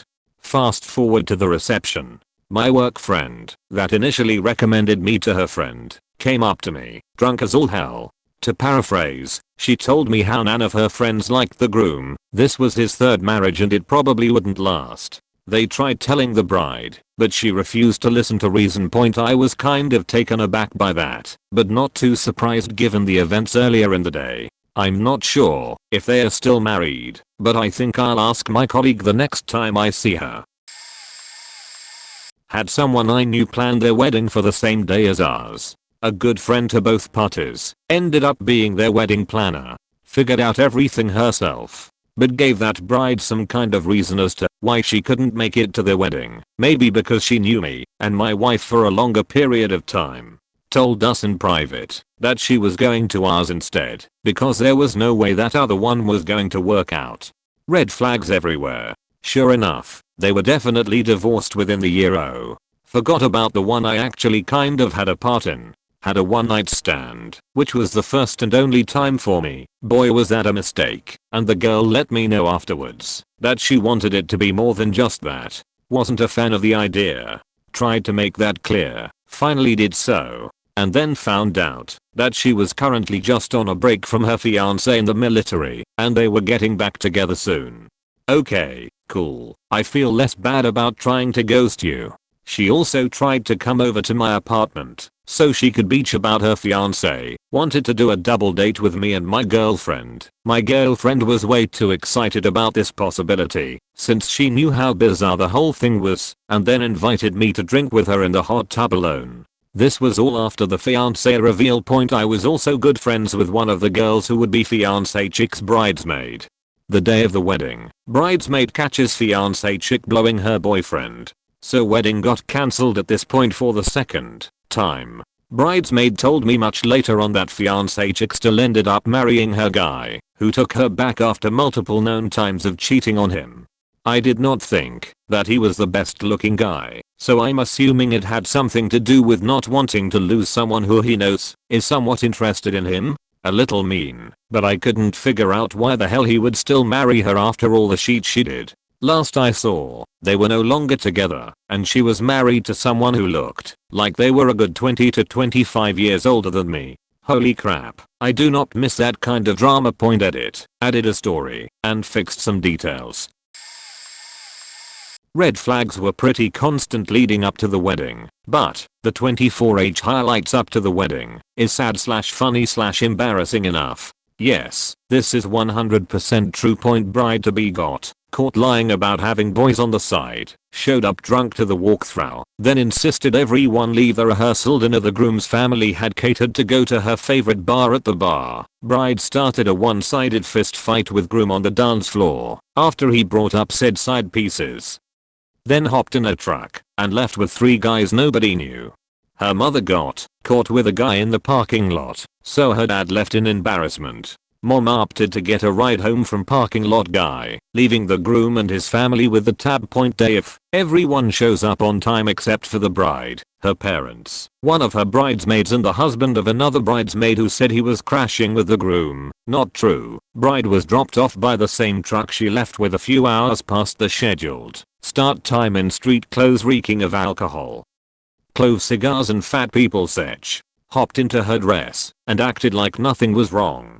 Missing bridesmaid and husband of other bridesmaid skipped town together overnight. Mother of bride kicked her husband out of the house, eventually married, then divorced parking lot guy within a few months. Bride and groom went through with the wedding. Bride, unemployed, but involved in shady shit, flipped out and insisted he quit his solid engineering job and they move across country on a whim. Very limited contact with anyone since. Lots of gaslighting, etc. No clue what's going on a few years later, but I can guess it's still completely one-sided and abusive. I was called/texted by a guy I used to work with 2 Fridays before his wedding. All he told me was I'm in a bind. My brother refuses to be my best man. I'm so heartbroken. I reluctantly agreed to be a groomsman, but not the best man. Got my tuxedo rental. Got my beard trimmed and haircut. Night before the wedding he's barking out orders over text about what time to pick him up, how early we needed to get started, eco-friendly wedding which is pretty much short for cheap handmade decorations that looked awful cause there was no effort put into it. Putting up the decor and setting up chairs, all of which I had no clue we had to do ourselves as I was not told before that very moment. Show up to the guy's apartment and he's passed out. Door unlocked so we walked in, and he's just a drooling mess on the couch. We were shaking him for a good minute before he came to. You could light his breath on fire, it reeked of alcohol. Watched him stumble into a pair of sweatpants and tennis shoes then swallow his PTSD meds with a swig from his flask full of Jameson whiskey. Once we get him back to life we load up 2 cars and make our way to the remote location of the wedding. The entire time drunk he was barking at us to do shit correctly, stop dicking around, telling us that, when we see his bride, to not stare at her tigs, accusing the only other guy he conned into being a groomsman of wanting to be with his girl, stumble through a story about how he chased a bobcat through the location we were setting up for the wedding, occasionally burping while still swigging from his flask, all while he was chilling in his lawn chair. Getting more drunk by the second. At that point I was no longer doing it for him. I felt bad for his soon-to-be wife. When she arrived she praised the 3 of us with how well we decorated, and he of course had to mention how he directed us knuckle facts to do shit properly cause we can't do anything right. The other groomsman and I got a rude faking talking to by the bride's father about letting him drunk before the wedding. Like buddy I'm on a hair trigger to stomp the fuck out right now so back the fuck up before I push you into one of these decorations made of hay. Groom was a sip away from totally falling over, but he stumbled his way through the ceremony and slurred during his rehearsed vows and poor bride had to pretend for him about how nervous he must be. But she knew. Once the ceremony was over the biggest weight was lifted from my shoulders. I'd made it, and he was no longer my responsibility. The marriage lasted 1.5 years. I have a 180 degrees on this subject. The wedding I expected to fail is still going well, which is a happy surprise. They were already close friends, practically living in one another's back pocket anyways. And since the tax thing is pretty much a myth, unless you have a kid or 2, it wasn't to really save money on taxes. I remember her telling me that they had discussed marriage before, and that it helped both of them feel more secure in life. Both are the only child of their family. Her parents are deceased. His live in Washington state, and they never interact. So they feel more secure, especially about medical stuff, which I get. Nobody changed or hyphenated their names. They have a really freaking nice house that they remodel sections often. They learned a lot of DIY stuff, but still know when to call professionals, so they are saving money on that while increasing value of their house. They have separate bedrooms. Children will never be in the cards. I know for sure he doesn't feel any sort of sexual attraction or arousal. And not 100% sure on her, but confident enough to push some money on the line. If it were a bet point, their house is one of my favorite places we hang out at. The atmosphere is awesome and really hard to put into words. And I know they are slowly acquiring land around their house. I know she's always wanted a big space, so she can have a place for dogs in need of rehoming, and a safe environment. I'm fairly sure I'll be helping with the fencing, haha.